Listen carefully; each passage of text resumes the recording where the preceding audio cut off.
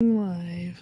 You don't have to say we're going live because we just went fucking live. Well, good. Good God Almighty. You know, when you're working with new equipment, it does help to fucking check everything out before you fucking go live. I know. And learn how to use a goddamn thing. Anyways, how's everybody doing? Jesus Christ, we've been gone for a bit. Yes, we have.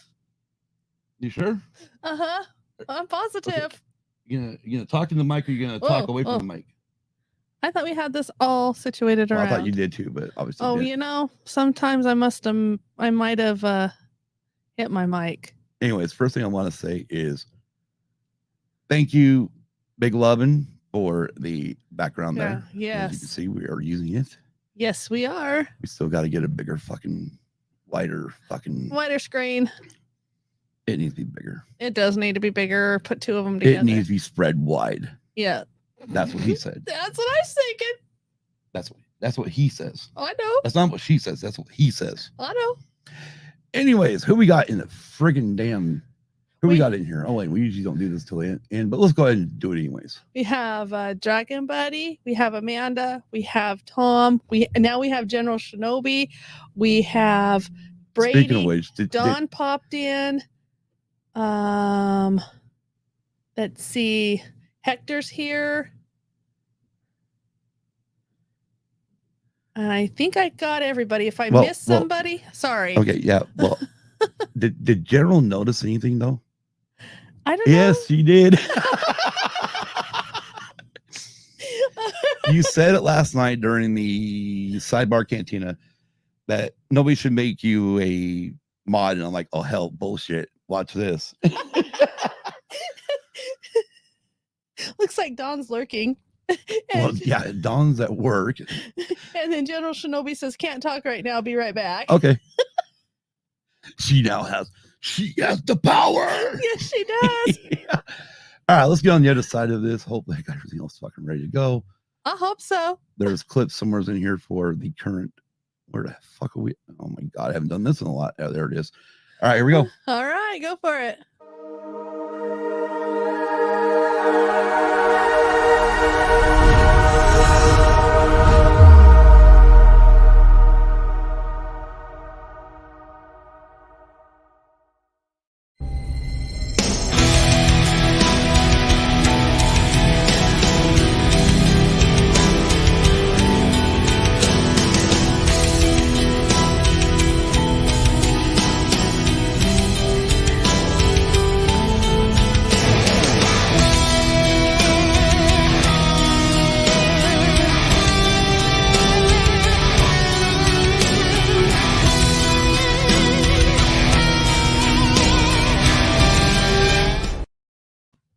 Hey, we're using the views. I'm Scott. I'm Kim. And we are back. Yes, we are. And we're back with episode 144. We are going to talk the Book of Boba Fett. We are. But before we do, we need to take care of some business. Kim likes to take care of the business. So let's take care of the business. Thank you to our Patreons, Lunyr Grl and Dragon Buddy, Don Delisnoosh Soski, Big Brady Levin, Hannah, Mikey, Brinley, and Case. If you'd like to join our Patreon, go to patreon.com, used abused pod. Oh my God. Yes.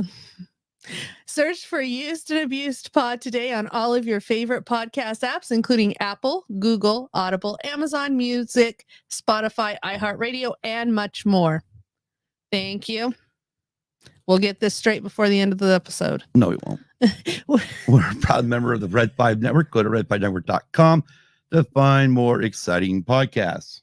And I don't have that up. Oh, well, hey, let's talk about a few of them. Sunday night, Galaxy Queers had a awesome one. Awesome show where they talked about oh my gosh. Fuck. I should bring Kelly in. No, what it was LGBTQ having roles, having straight people play those roles, and then having their community actually play the roles. God, it was a great episode. I mean, I loved all the opinions on there. I loved it. Matter of fact, cool part is Amanda actually sent me a list of all the shows that they were talking about on there so we can check them out and watch them ourselves. Yes. This is awesome. Also, last night, Sidebar Cantina. Holy hell. I know. 30th anniversary Wayne's World. I know. Amazing, isn't it? And then tomorrow night, our buddies over the Escape Pod. Yeah. Don, Brady, and Dragon Buddy. They're going to be talking to Dominic Pace. Yes, Gecko. Better known as Gecko. Yes, yeah, exactly. Gecko. This will be their second time they've had him on for an interview. Freaking badass.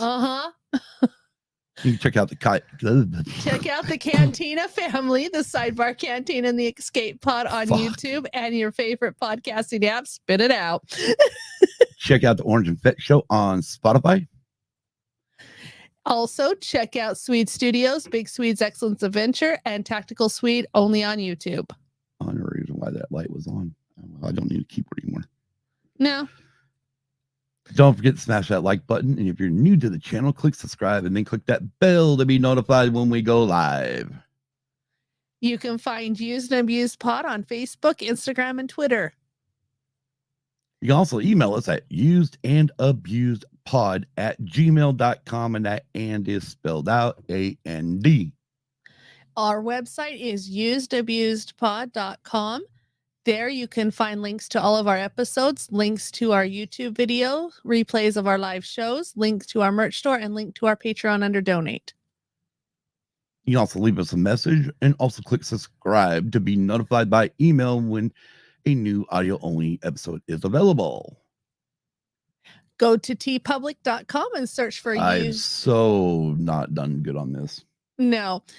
Go to tpublic.com and search for Used Abused Pod, all lowercase, for our merch store. There you'll find t-shirts, tank tops, hoodies, face masks, onesies, coffee mugs, and etc. Right. You can actually pick up one of these shirts here. Yes. Obviously, the coloring here is fucked up because of the green screen. Yes. Yes. It's funny. It is. As a reminder, all links are in the show notes, pinned to the top of our Twitter page, which we actually do have now a bio.link. Yes. Which you can find also in the show notes and on the top of our Twitter page. Yes, exactly. And probably Facebook and Instagram and all that other good shit. Yeah, all the social media platforms. Anyways, but let's do this. Yes. Let's do this. Let's fucking do this. We are going to bring in Lunyr Grl. Yes, we are.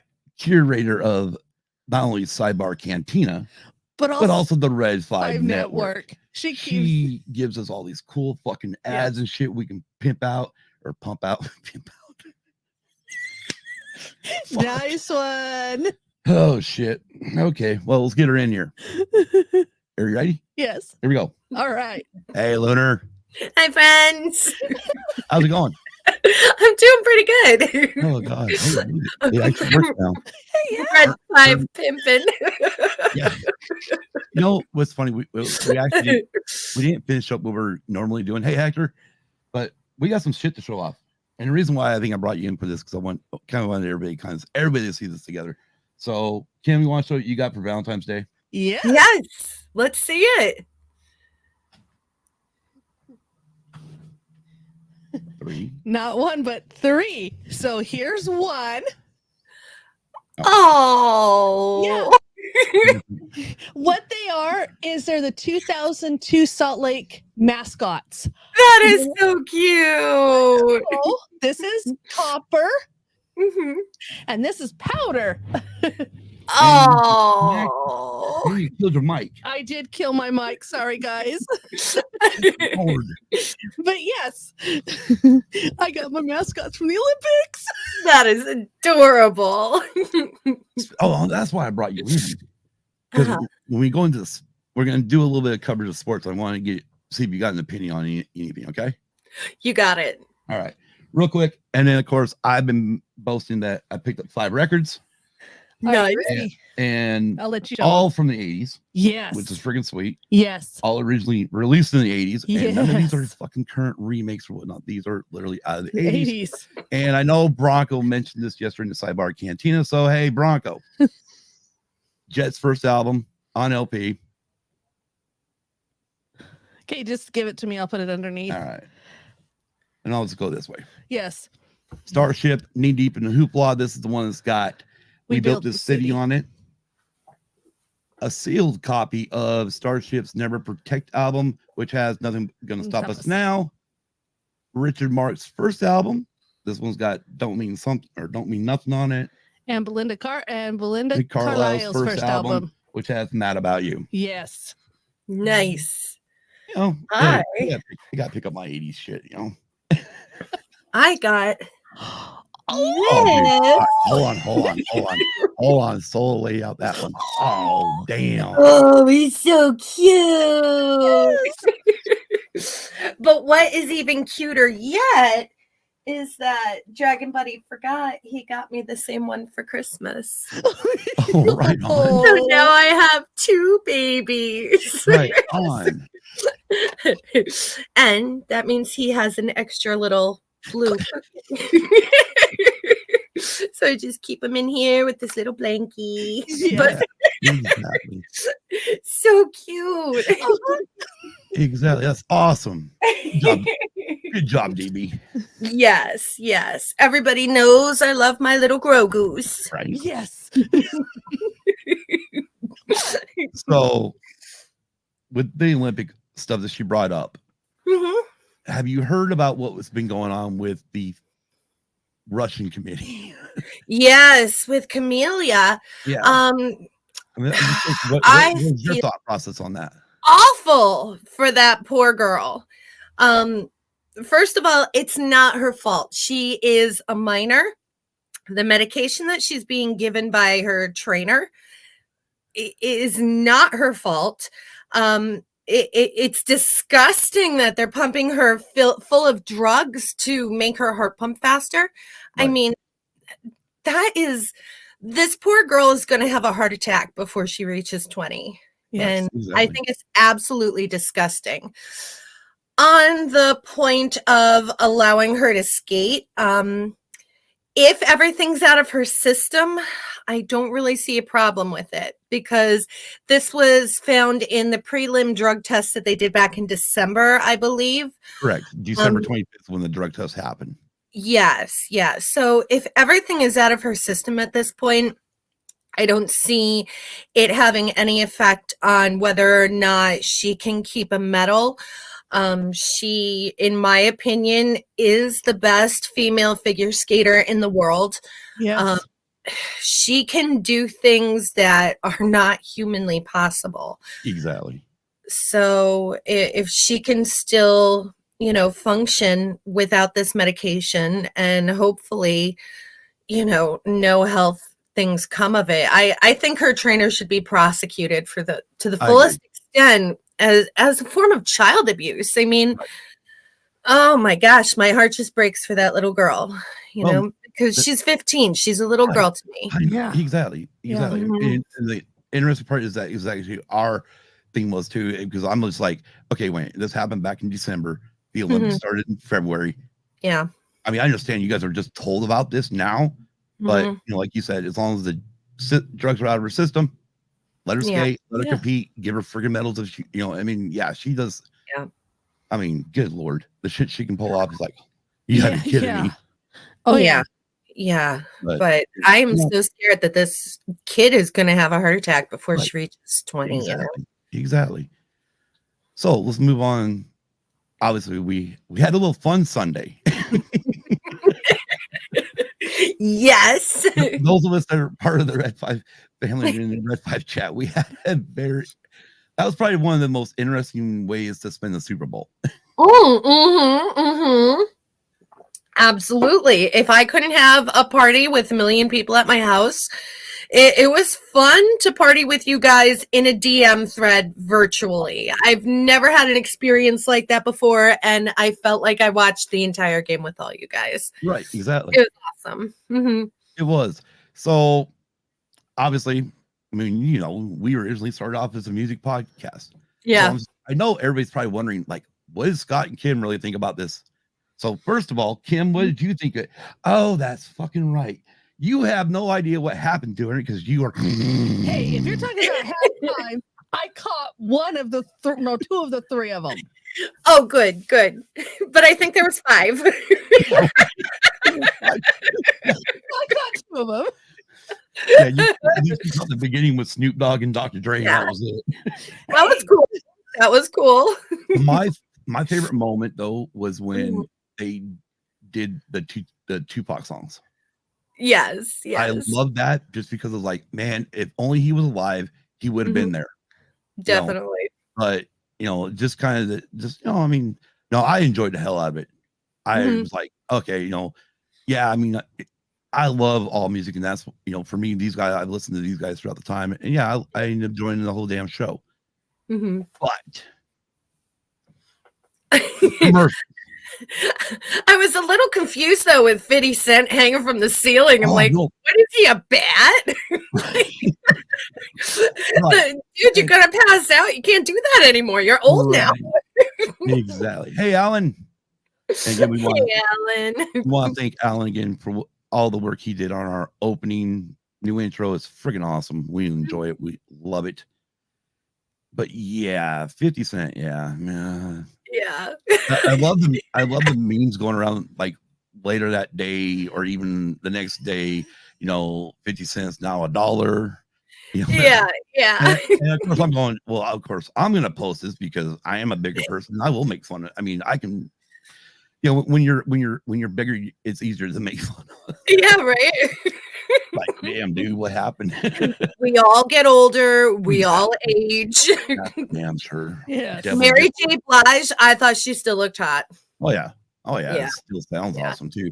And loved him. I mean, yeah, no, there wasn't honestly even what was the one guy? Kendrick? Yeah, Kendrick Lamar. Was Lamar. It? Yeah. Am I wrong? I don't know. I could be wrong. I'm not big on the rapper guys, but exactly, DB. I'm fluffy. DB's my gummy bear. Yep, she is still the queen. I agree. Yeah, I don't quite understand his thing with the things. Yeah, thanks, Brady. Hi, Brady. I didn't really understand his dance posse. I didn't get it, but it's okay that I didn't get it. Eminem doing Mom Spaghetti because that's how my kids know it. That song is called Mom Spaghetti to them. Like that one just went through all the generations right there. Like everybody knows that song. So yeah, exactly. I thought that was pretty wild. I severely enjoyed it, and I actually enjoyed the game. Yes, that was a Super Bowl game. It's a very competitive game. I loved it. Yeah. My biggest bitch, and I said this to Kim. It was like a minute and a half, or minute 52 left in the game, and all of a sudden we got laundry. Yes. We hadn't called shit pretty much all game. I mean, friggin', we got face masks that shouldn't be called, didn't get called. There was a few other pass interference that didn't get called. I definitely saw a lot of holding by the offensive lines of both teams. I'm like, okay, no laundry. Then all of a sudden, the laundry hits the field. Like, what the fuck? Yeah, flags. I told Kim, I go, you know what the problem is? She goes, what? Because by this time she's wide awake again, and I'm like, you know what the problem is? She goes, what's that? I'm like, the game is going too fucking fast. They promised NBC so much game time, and it got short in the NFL. They radio the referees fucking throw some fucking flags. We gotta make this bitch longer.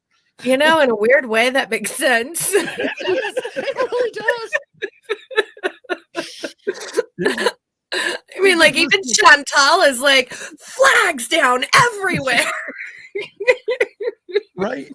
And the thing was, it was flags for shit that had happened earlier in the game that they didn't call. Yeah. Like, fucking kidding me? Yeah. But I was really shocked. No friggin' red flags. Yeah. Nobody challenged anything. Challenges. Thank you, Kelly. Yeah. Holy crap. I mean, God. Detroit Rams. Well, Don, you are listening right now. I hate the Rams. Why is that? It goes all the way back to the 90s. I hated Kurt Warner. I thought he was a big giant douchebag. Can I say that on your? I'm sorry. Come on. We're the side. We're part of the Cantina family. I'm just making sure. And then like Dick Vermeil, he was the coach back then. I can't stand that guy. I actually met that guy in person.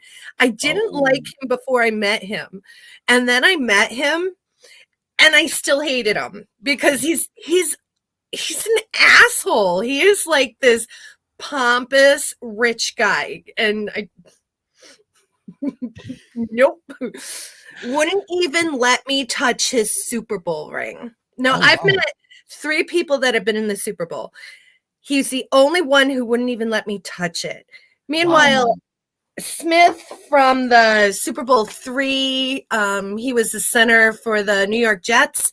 He took it off and told me to put it on. Like, and I'm just like, Super Bowl ring. And I'm like, woo! Vermeil didn't even let me touch it. And I asked to look at it because I am a football fan. Right. Nothing. Just go smoke your cigar over there. I want nothing to do with him. I need to go steal that picture. I need to go take my cover photo off my personal Twitter page. Yeah. And there's a picture of me kind of holding Tommy Lasorda's hand. Oh, shit. And what happened? So backstory on that real quick was we were living in Ogden, Utah at the time, and a guy had a coworker said, "Hey, come to the Ogden Raptors game," because at the time they were hooked with the Dodgers. It was their single A team, or the rookie league single A team. And so we went, and he's like, sometimes Lasorda will show up to scout the players. I'm fucking kidding me. Sure enough, he was fucking there. Oh, you kidding me. So we go up there. He hands me a couple cards because this guy brings all this damn baseball cards with him that he needs to get the former players that are now coaching in the lower leagues to sign. Holy shit. Yeah. Ross in the house. Oh, holy shit. Hello, Mr. Roscom. Well, good, because I'm about ready to freaking dish on. Anyway, so there's a picture where I'm actually just holding it. It's really close, and he's actually wearing a World Series ring. I didn't get to touch it, but it's really close to a World Series ring. I'm just like, and I didn't notice until after I got home with the picture and went, "Holy fuck, that's a World Series ring!"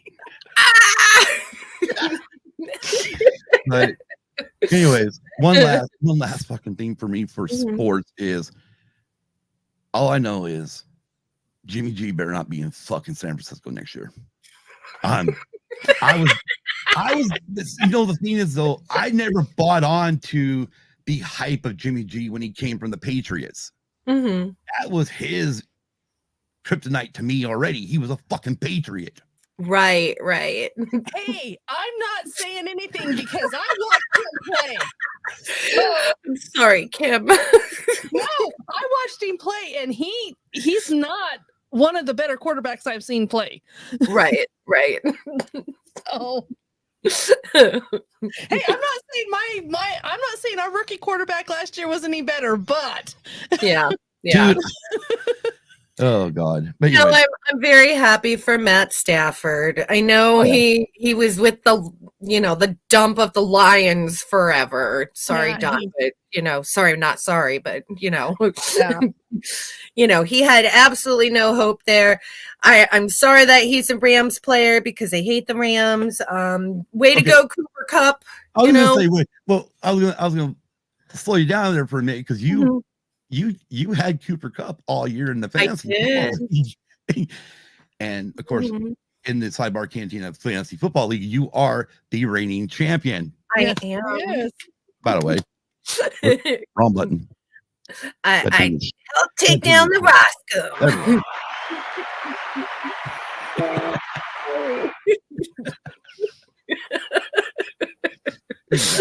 Take down the Roscoe.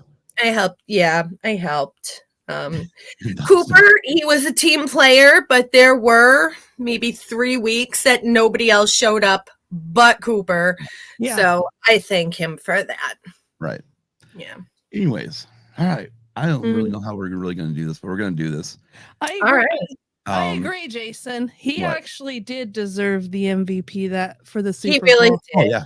Really did. Yeah, I mean, especially after OBJ got hurt. Yeah. Oh yeah. I mean, which I have no love lost for OBJ. He was a drama queen on the Giants. He was a drama queen on the Browns. Whatever. Okay. There's a few of them that still like to act like. There's still I'm sorry he got hurt. There's still a few of them that act like Terrell Owens. Yeah.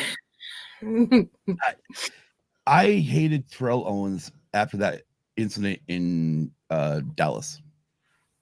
Mm-hmm. When he fucking kept running out to the star and pointing out, I was like, dude, that is not your field. Yeah, but Tony Romo was his quarterback, I remember. No.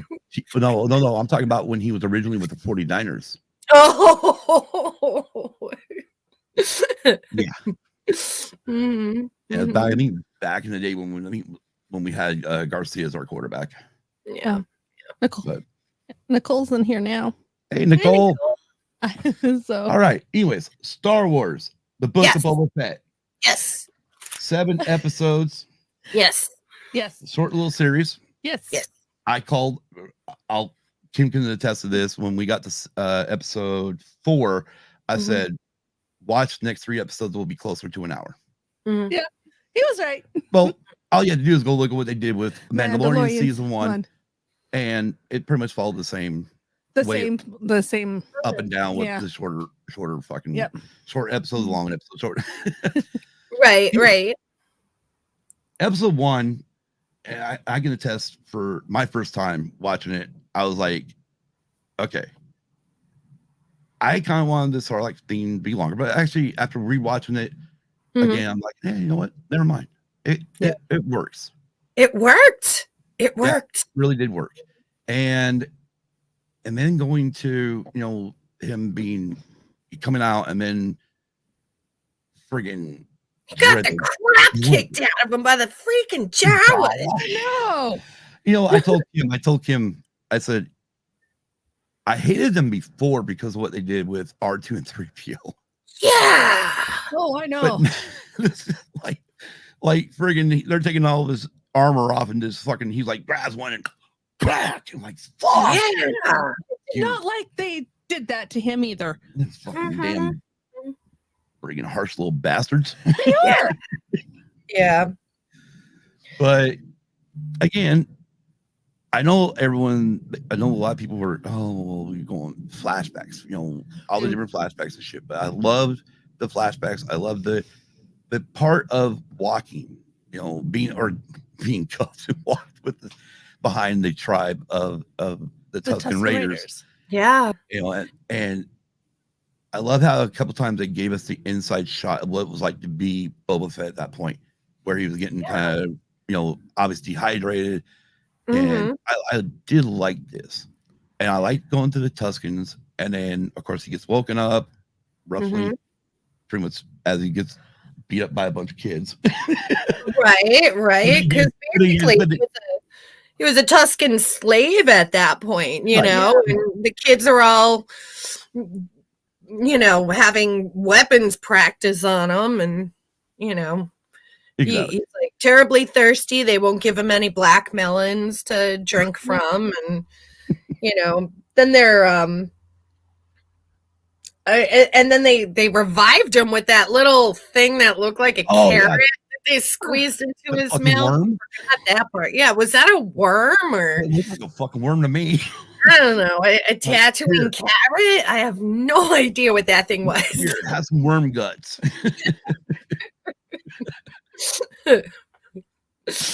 I have no idea what that thing was. But he was basically treated as a slave and started from the bottom all over again. He lost his, I don't know if you'd call them friends, but he was part of a guild and everything, and lost everybody for the second, third time in his life. And now he's with the Tuskens. Yes. Oh, General Shinobi, I know how to use the wrench now.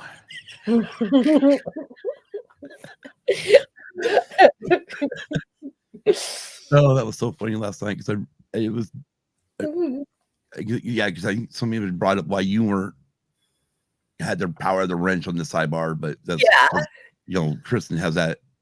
You get to you do everything else in the sidebar. You get the night off to actually be in the chat and enjoy the chat. And Who was it? Like R2 said something, and I think R2, you yes. said something, and how come you're the blue wrench girl for everybody else, not your own podcast? I'm like, I get the night off here.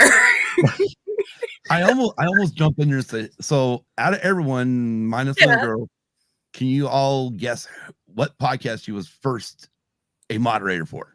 Who made her first mod? Hey, I figured, what the hell, let's just jump the shit early. In case we ever did get bigger, then I was covered. Yeah. But I just think it's funny because back when we were doing the racing ones, and that's when all hell broke. Oh, with the really nasty sex bots.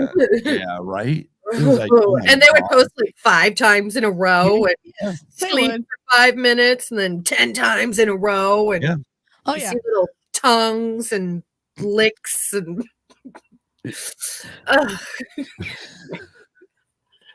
Nah, I don't think so.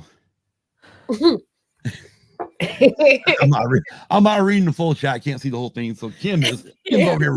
She's like, I held the damn show. I'm going to talk about. I'm going to see what's going on in the chat. Well, Dawn asked if you got a new shirt yet. Not yet. Not yet, sir.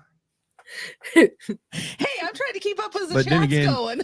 We've, like, with this equipment here, it took an extra 6 days, but I do know, or extra 5 days, because they also had a lot of weather at the time. Oh, yeah. But then FedEx seemed to like take their friggin' sweet time. And then with one of the records, they were supposed to all be here last Friday. And once the 2 of them didn't come until Monday with USPS. So it's like, fuck it. I can't win with any of these fucking companies.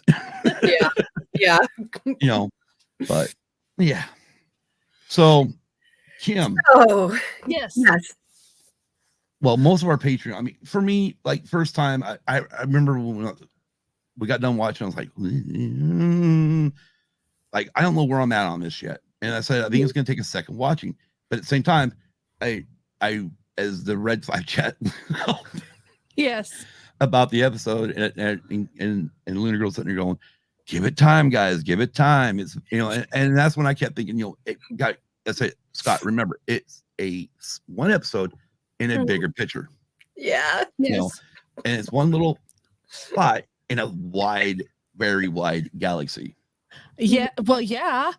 So what was your first thoughts of the first episode? And we didn't get into the major domo yet, but we're going to get there. Yes. Oh, yeah. Yeah.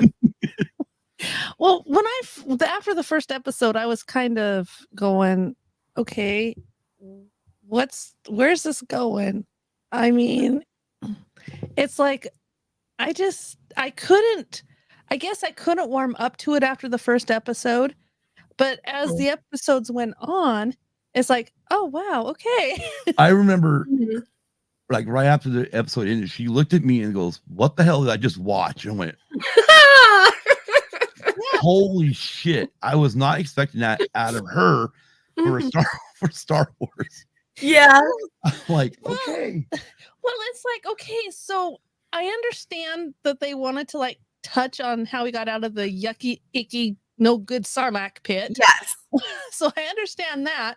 And I'm just going, okay, well, you got out of the Sarlacc pit, you got beat up by Jawas. Now you're basically, like you said, a slave to the Tuskens. Where's this all going? I mean, okay, so tie it all together. Where's it going? I love the chat. I know, I've been reading it. I think they needed to, in order to show the end, they needed this first episode to show how he was at rock bottom. Right. He had nothing. He had no friend, no family, no home, like no respect. He was a slave. He had like digestive juice burn scars all over his body, He was just this old man dressed in tattered rags. Yeah. So we needed to show him there in order to build him up. Oh, yeah. And then when the second episode came along and they were, I don't know, hopefully I got the episodes right. Anyway, whatever episode it was where they were digging with those melons. Going like this. Hold on, no. DB says hashtag lick a fennec, and then Amanda should be our new red light hashtag. Rose, I don't know if Rose gonna want that, you know. Well, Ro might be more hashtag guard. Oh, God. Anyways, sorry. Anyway, Oh, so I love the chat. I know. You real quick. Oh, yes, it can. Hey, Ro, Anyway, so that episode, I kind of liked that episode because it showed him being a slave, but yet when the monster appeared, that little Greedo looking guy. Greedo. Yeah. Oh. He was a Greedo species. I just realized what you're talking about. The Rhodian. That Rhodian.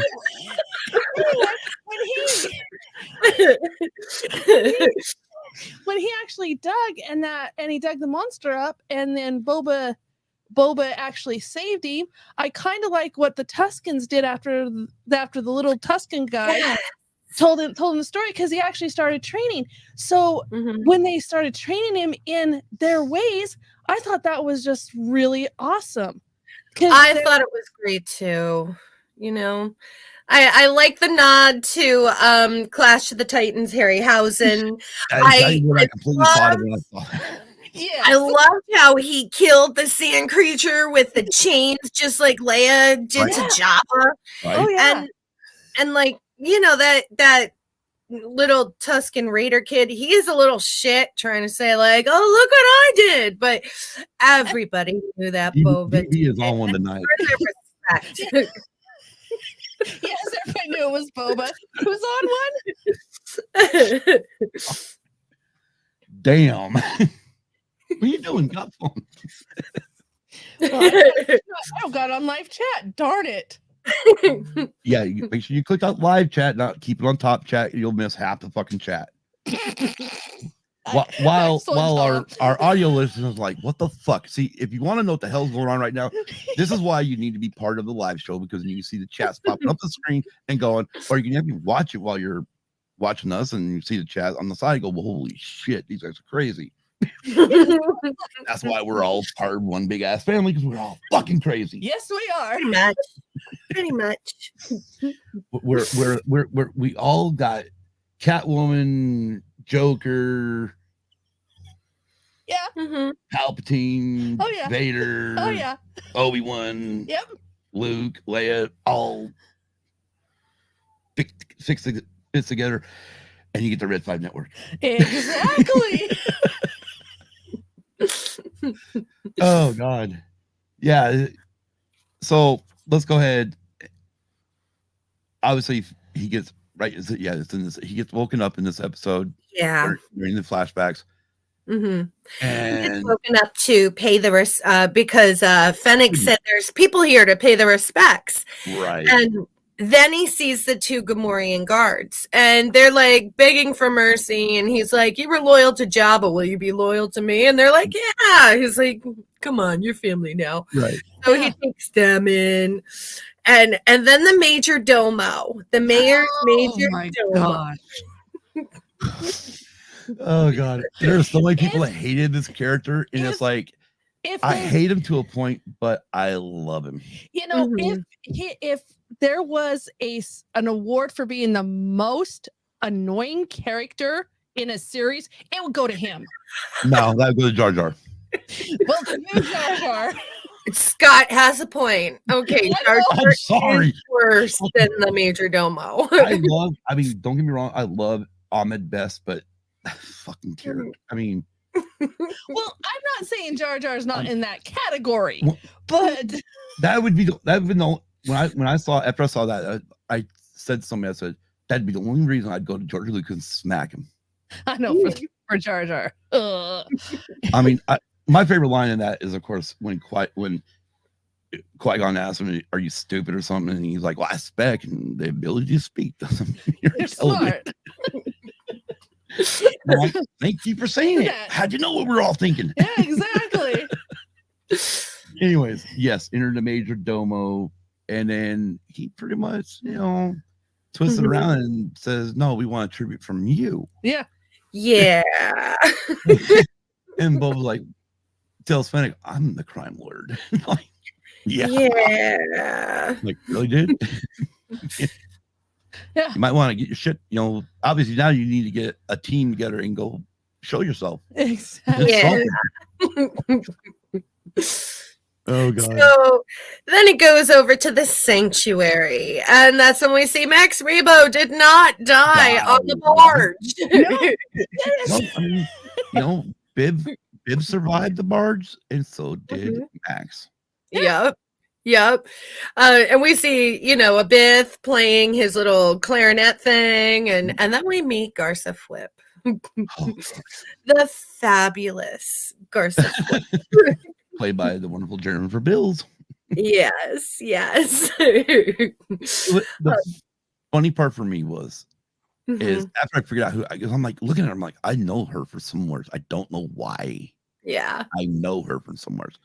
So when I looked it up and realized, oh my god, okay, Flashdance. I went at that moment. I thought, you know what? I really want a fucking Flashdance moment in fucking Star Wars. I really want this moment where fucking Max and the band are fucking playing, and she just gets up on stage, starts doing her fucking dance, and then pulls that motherfucker, and the water drop like in Flashdance. And I'll have to admit, I wanted it, but it didn't happen. But we're all older now. Yeah, but the teenage well, actually, when the teenagers are, but Flashdance, what, 83? I think it was 83. Yes. Fuck, I was only 12. Yeah. I don't think I saw it until I was actually in my teens, but still, well, the teenage boy in me was like, "Yeah, I knew this." Well, the funny thing is when she first walked onto the scene, when Boba and Fennec got in there, I knew who she looked like, but I wasn't sure if it was the one, because Flashdance is one of the many movies I literally wore out. See, this is Kim's thing, normal thing. We'll be listening to something on, Sirius XM, one of the friggin' channels, or I'll be just running through Apple Music and popping songs off left and right, and she'll just sit there, and I can tell she wants to tell me who it is, and she wait, and get either right to the chorus and go, "Oh, this is like Dr. Feelgood by Motley Crue." I'm like, yeah, I knew that within the first fucking drum beat. I know.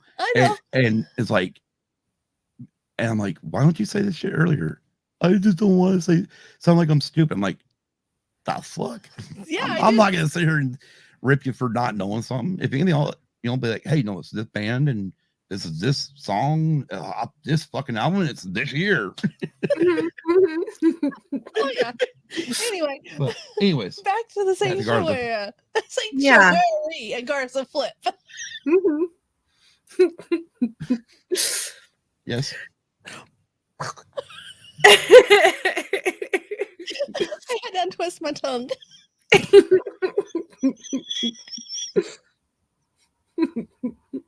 Is it untwisted now? It is untwisted. Okay. First show back, so you're off the rails. Anyway, back to the things. Go ahead. Go back to the what? The sanctuary?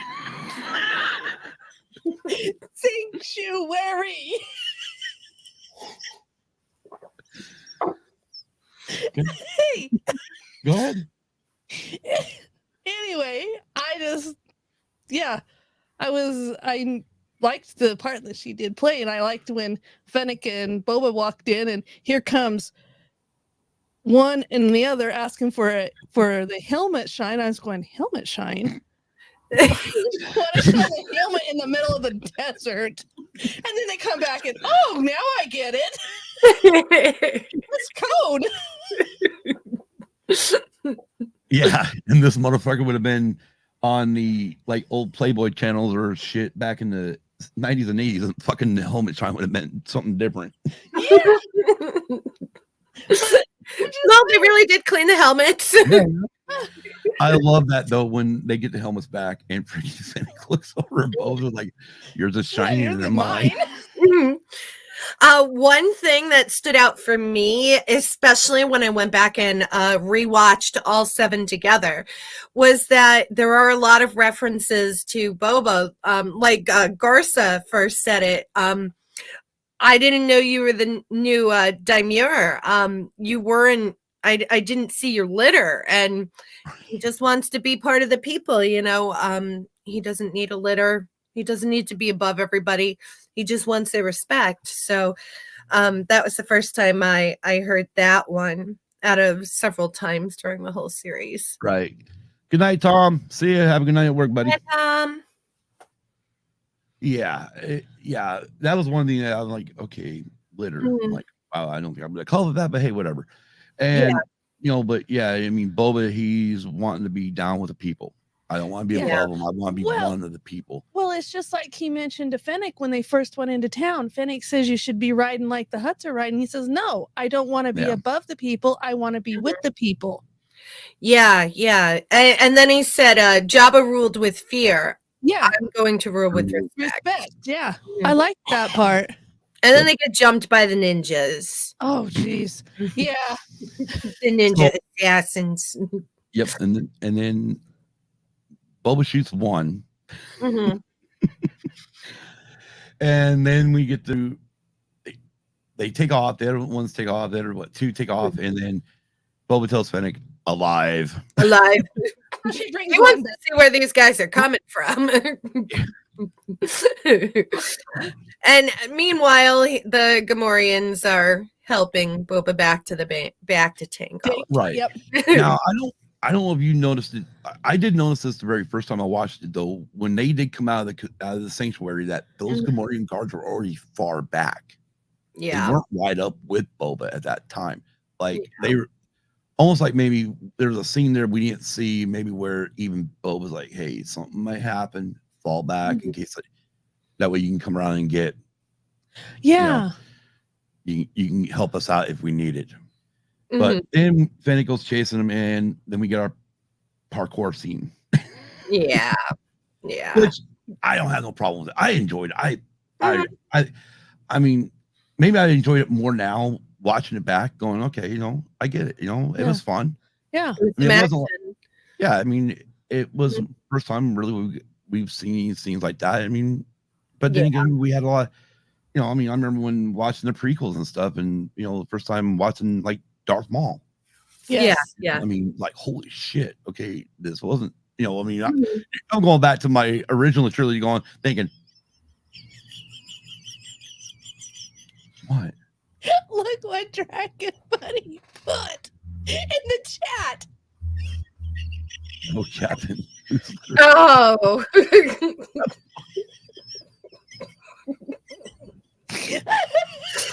Oh, go back up higher. You got Shanti saying litter. I'm not a fucking cat. Oh, good Lord. Yeah, sorry. I derailed it again.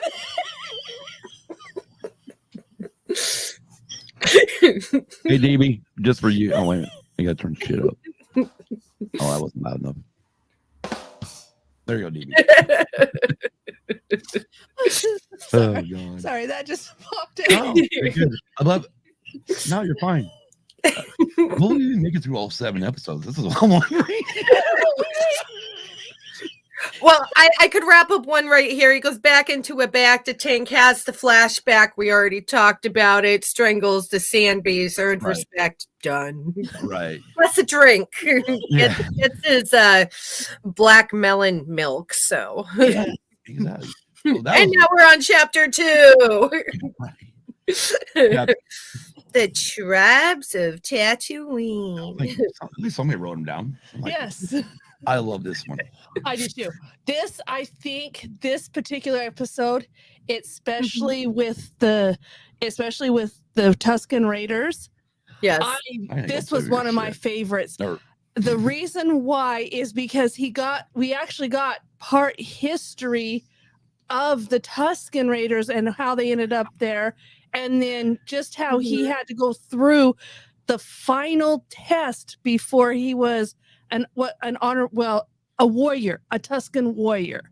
Yes, because this is the one with the train. Yes. Yes. Mm-hmm. Which, of course, for me, I love model railroading. I love trains themselves, the big ones, the real ones out. And so when I saw that thing coming, even though they were shooting at the Tuscans, I'm like, oh, this is a goddamn train. Oh, Yeah. fucking train in Star Wars. Fucking time. Yes. Actually, no, we had the one before in cool. Solo. We had one in Solo. So, but yeah, That's I was like, cool. fucking it, here we go again. And yeah, and then so then he goes through this and sees after the Tuscans are burning themselves or burning the dead, burning their warriors, and he sees the biker gang. Yes, that we did see a portion of them real quick in the first episode. We did. But yes, he sees them right off. He goes talks to the chief and says, "Hey, pretty much, I know how to stop the train. Yeah, or I'm going to stop the train and I'll be back by sun up. Yeah, by morning." And he takes off, runs or walks towards where this biker gang which they, at the time, we didn't know this, was Tashi Station. I know damn well. Every one of us that friggin' watched it the first time, we're going, okay, it'd be nice to know where the fuck we're at. Yes. Besides on Tatooine. And then, yeah, I mean, once you start realizing, or you realize, oh shit, okay, it's Tashi Station. Yes.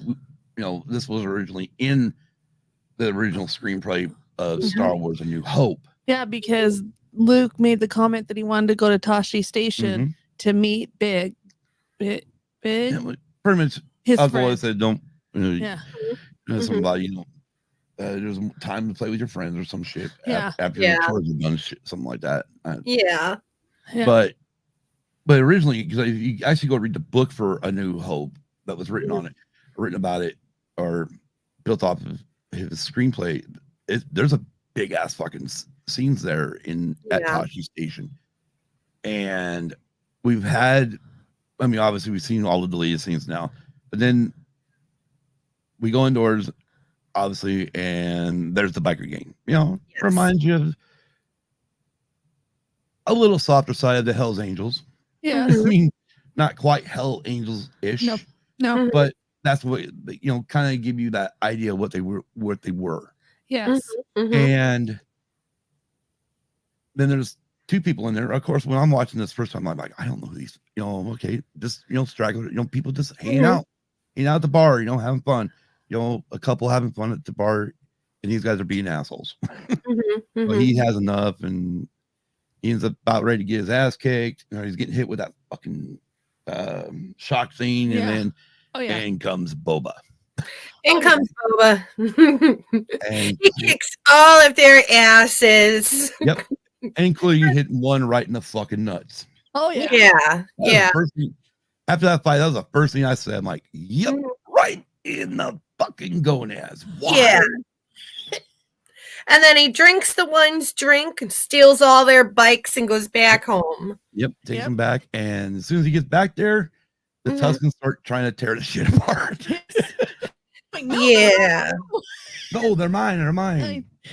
And then he goes to the chief and says, "This is a gift to you." Actually, that was before they started beating the hell out of him. But yeah, this is a gift to you. He explains to the chief that, again, this is how we're going to stop the train. And he's going to teach them how to ride. Now that was a cute part. Teaching these Tuscans how to ride these. So I mean, really good. Forward, stop. Forward, stop. So of course I'm watching this. The first time I'm watching this, going, okay, we're going forward, stop, forward, stop. All I'm thinking is my head. Fucking the first Tuscan Raider gets on this motherfucker, it's going backwards. Right. I mean, it was foretold. Just by, and then of course they're kind of looking at him like, we don't get it, and then right like Bantha.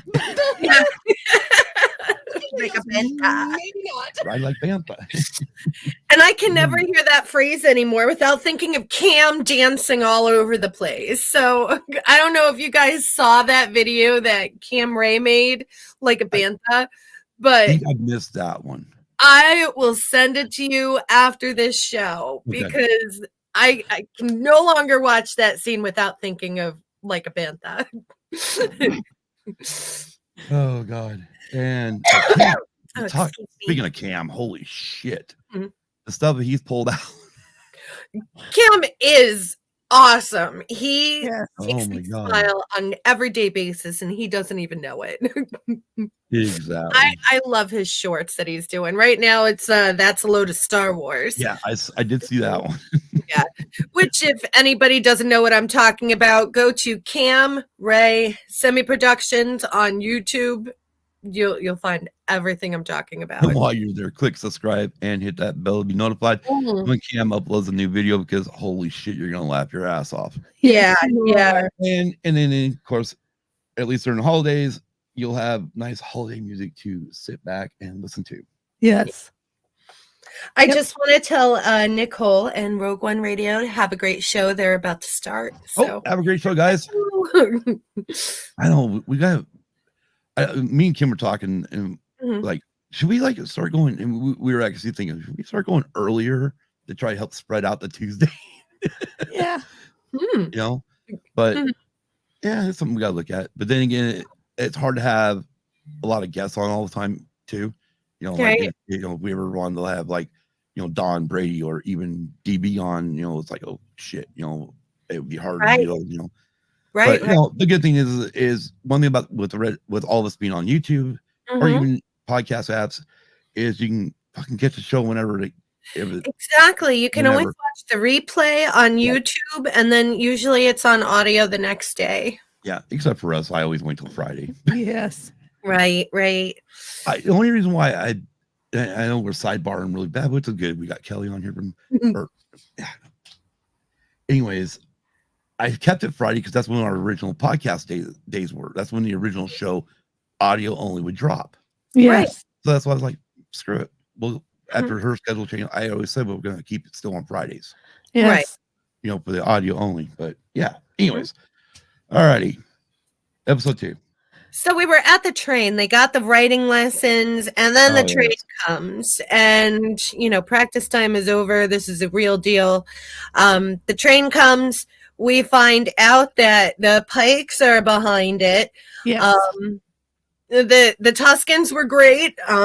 They helped Boba stop the train. Blew that sucker up. The Pikes. Boba threatened them.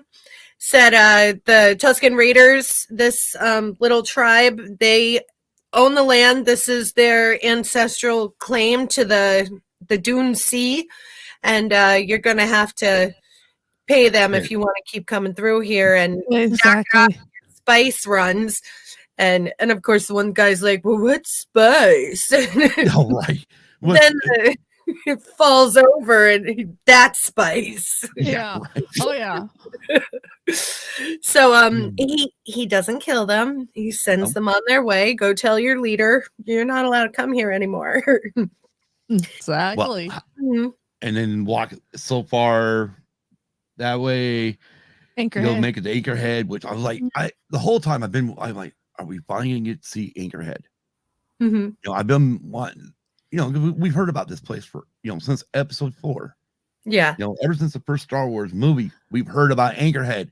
Still haven't seen no fucking thing. Before we finish with Boba, though, I want to back up to the very beginning of the episode. Okay. Before he went into the Bacta tank, because that's when we first saw the Fennec was with Boba, and they're starting to question that assassin prisoner that they had. Yes. I totally forgot about the damn assassin. And the assassin's like not gonna speak, and he's like Ichuda. Yeah. So like, oh, he said the thing. And they're like, okay, well, we'll feed you to the Rancor, and the floor drops open and there's no Rancor. He's like, the mayor hired me. And Right. Yeah, and we actually didn't even touch on the mayor because yes. And of course they're anyways, Hammerhead. The Ithorian. Thank you so much, Lunyr. Oh my gosh, I get all these. It's like trying to remember all these fucking names, and it's like, I know. Hammerheads for fucking years. It's like when Kenner brought out the toys back in the day, it was Hammerhead. and then we go through that whole thing like, oh, the mayor's not here, and it's like, yeah, he is, you stupid major domo guy. Talks to the mayor. The mayor's like, trying to point fingers at everybody else, and then they decide to go to the sanctuary because the mayor's like, if you want to know more, go to the sanctuary. Yeah. So they stop over there, and they're talking to Garth, and Garth is like, I don't know, and Boba's like, you're sweating like a pig, what's going on? Yeah. And she's like, fine, it's the twins, and they're in charge of the land and not you. And Boba's like, who's the twins? And then you hear the little drum beats. Yeah. Oh yeah. And they go outside, and there's like 2 twin huts on this gigantic litter. Right. And the boat in the middle. The first thing when I saw that went through my mind was them poor motherfuckers are gonna carry them. Yeah, they did a great job pretending to struggle. That was really cool. Exactly. But who was like threatening them? Like the huts were threatening him with black chrysanthemum. Now, this is what's ironic. Okay, you bring up black chrysanthemum and also the pikes. So at this point here, I went through this episode or through, I'm going, who the fuck are these people? Yeah.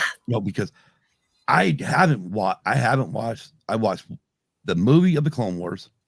Wait, no, thank you. Not my cup of tea, not my type of animation. Not it's just not my deal.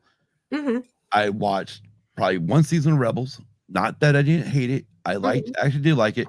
And of course, I haven't seen the Bad Batch because it seems like, because I know it's kind of. You really do need to see Clone Wars before you watch Bad Batch to understand. For me, of course, it's going to be, this thing's going to be, all right, struggle through Clone Wars, because for me, I'm one of those weird ones where if I'm going to watch something for the first time, I'm going to see the whole fucking thing. Yeah. Including, because I know there's like a list of watch these episodes to get the Bad Batch. Yes. I like them all, though. I mean, watch it from the beginning and just suck it up and watch it from the beginning, because you will love it. There are some slow episodes, but everything is slow in the beginning because you need all of this background information. You do. What TV show, I mean, really, when it comes down to it, what TV show now, 80s, 90s, 70s, didn't have their slow moments? Exactly. Especially when you're dealing with, the difference is we're like with this and Mandalorian, we're only dealing with 7 to 8 episodes on our first seasons, where all these other TV shows, they're going to get 12 to 24 episodes in one season, especially back in the day. They were given the full fucking season to prove that they could either be on or kick to the curb for the next the next run.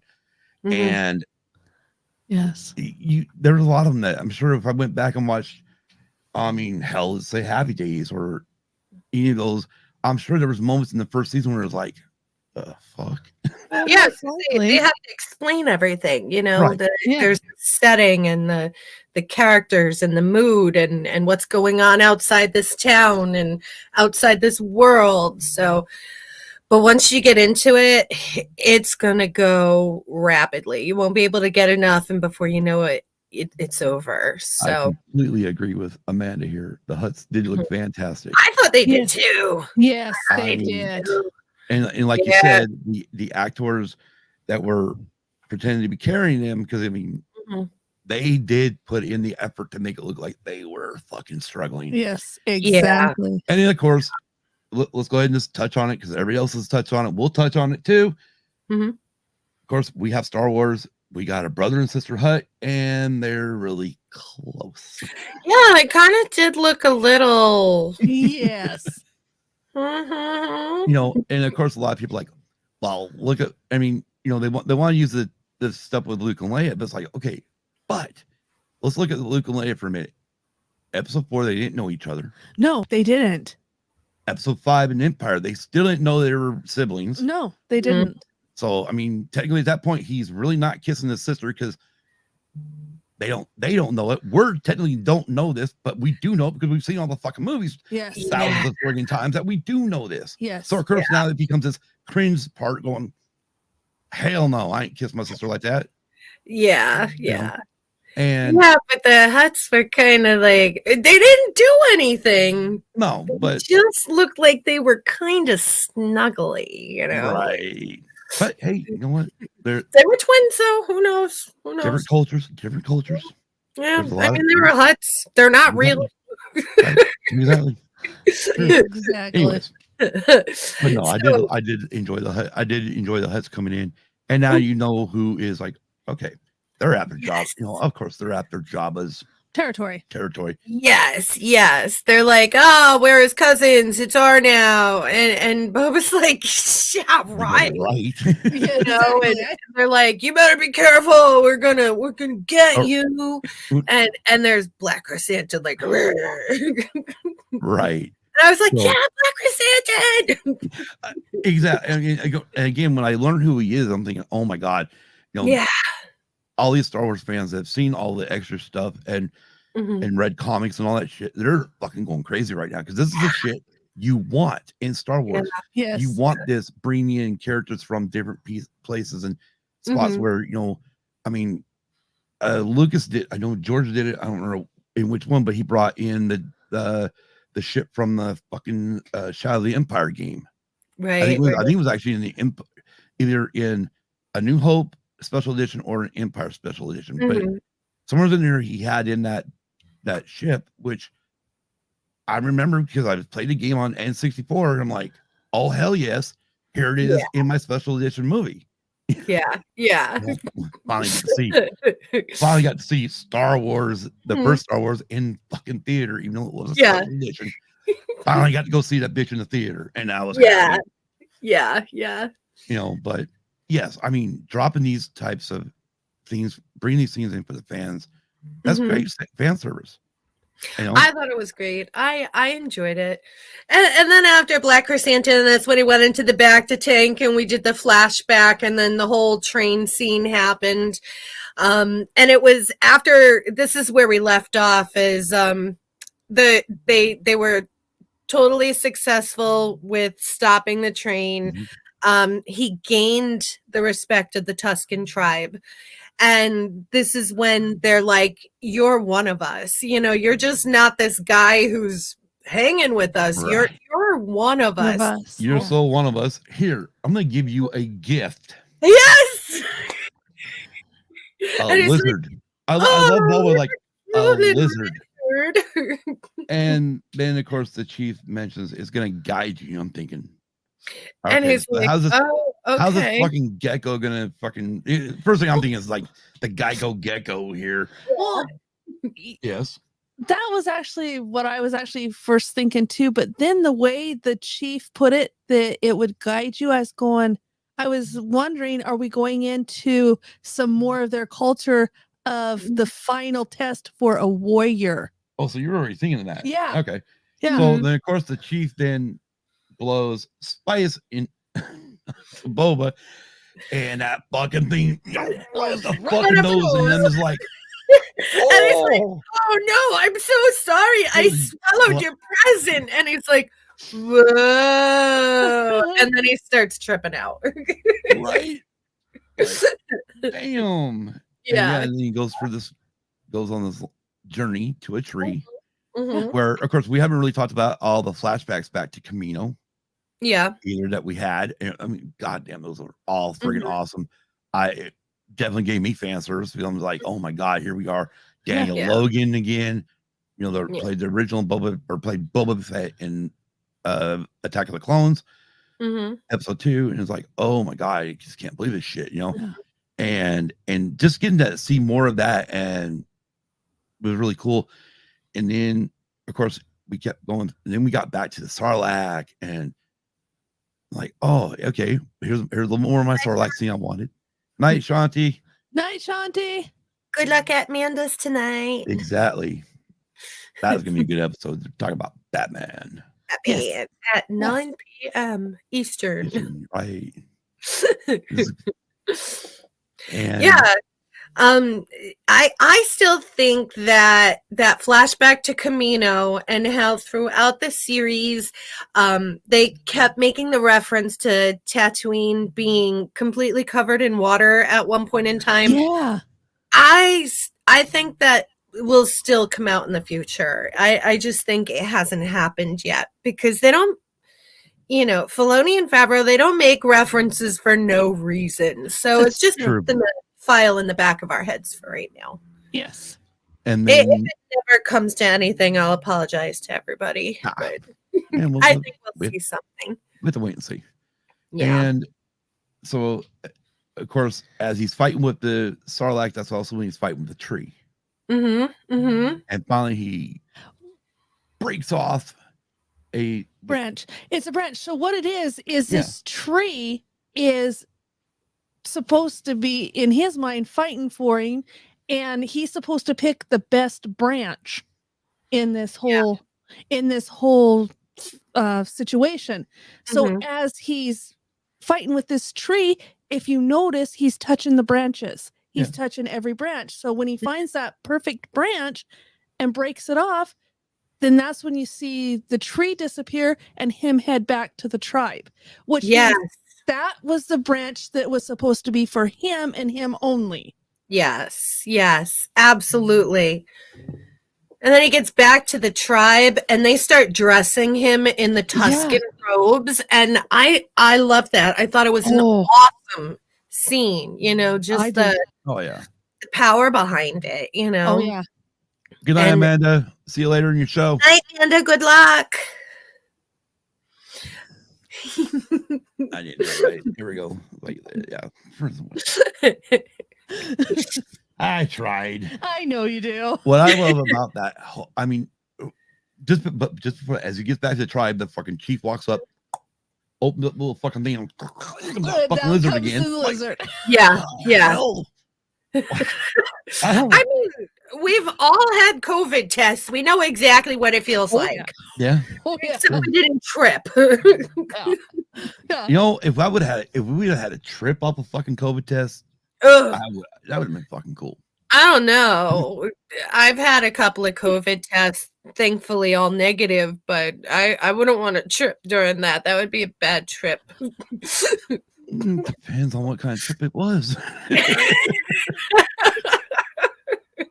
It could be.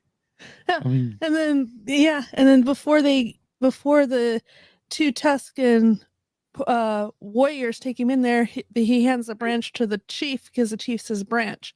So he hands it to the branch, and then you see the two surrounding him, directing him to this tent to where that's where we get back to where we were talking about them being wrapped up and the clothing of the Tuscan Raiders. I love that whole scene. Oh, I do too. One thing I loved about this is up until this point, we've only had, I mean, I use hatred lightly on this, but we've had a distaste for the Sand People or the Tuscan Raiders. Yeah, they were always portrayed negatively. Right.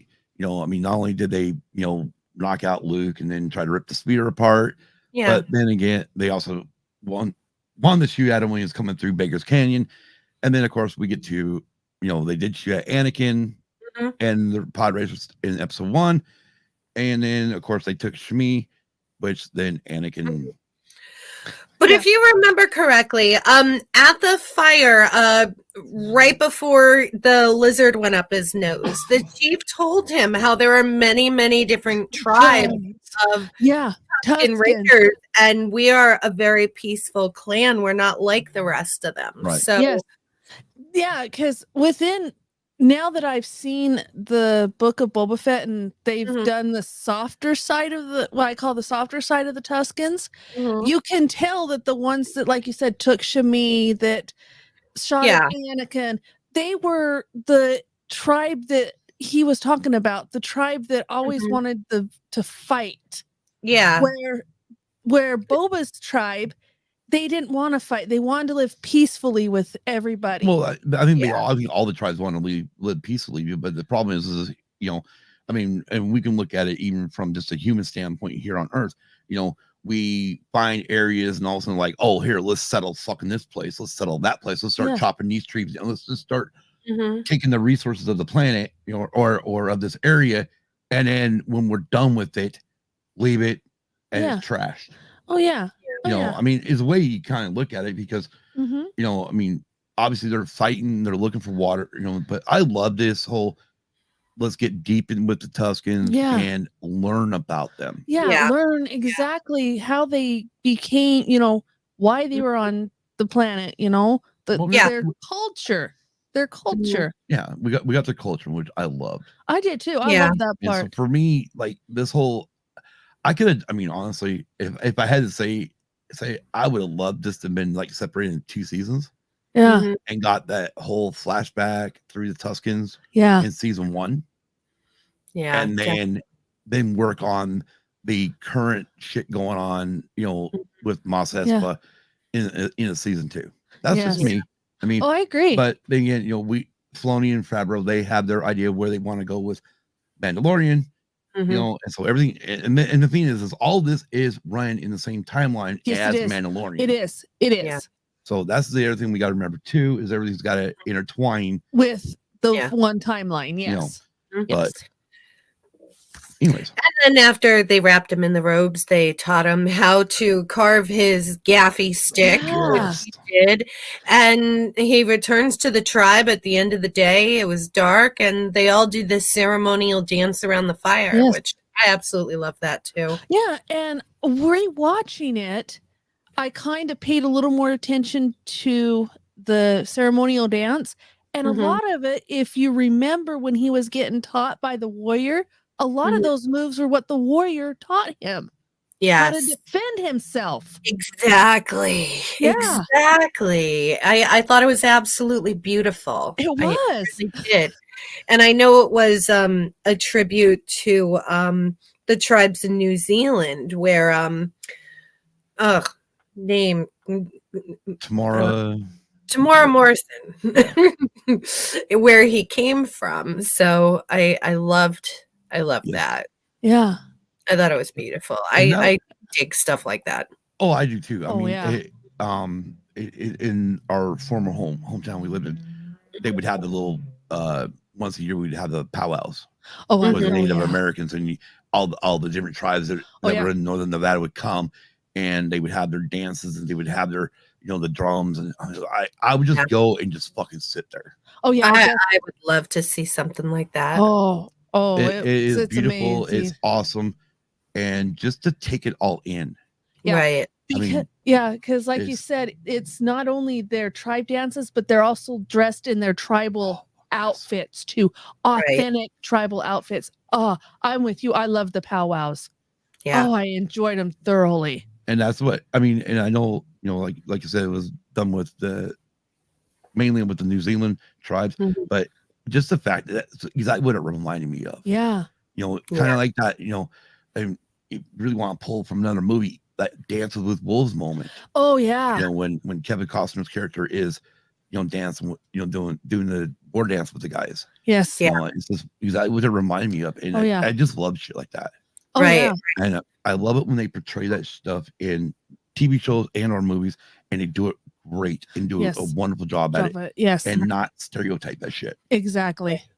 Right.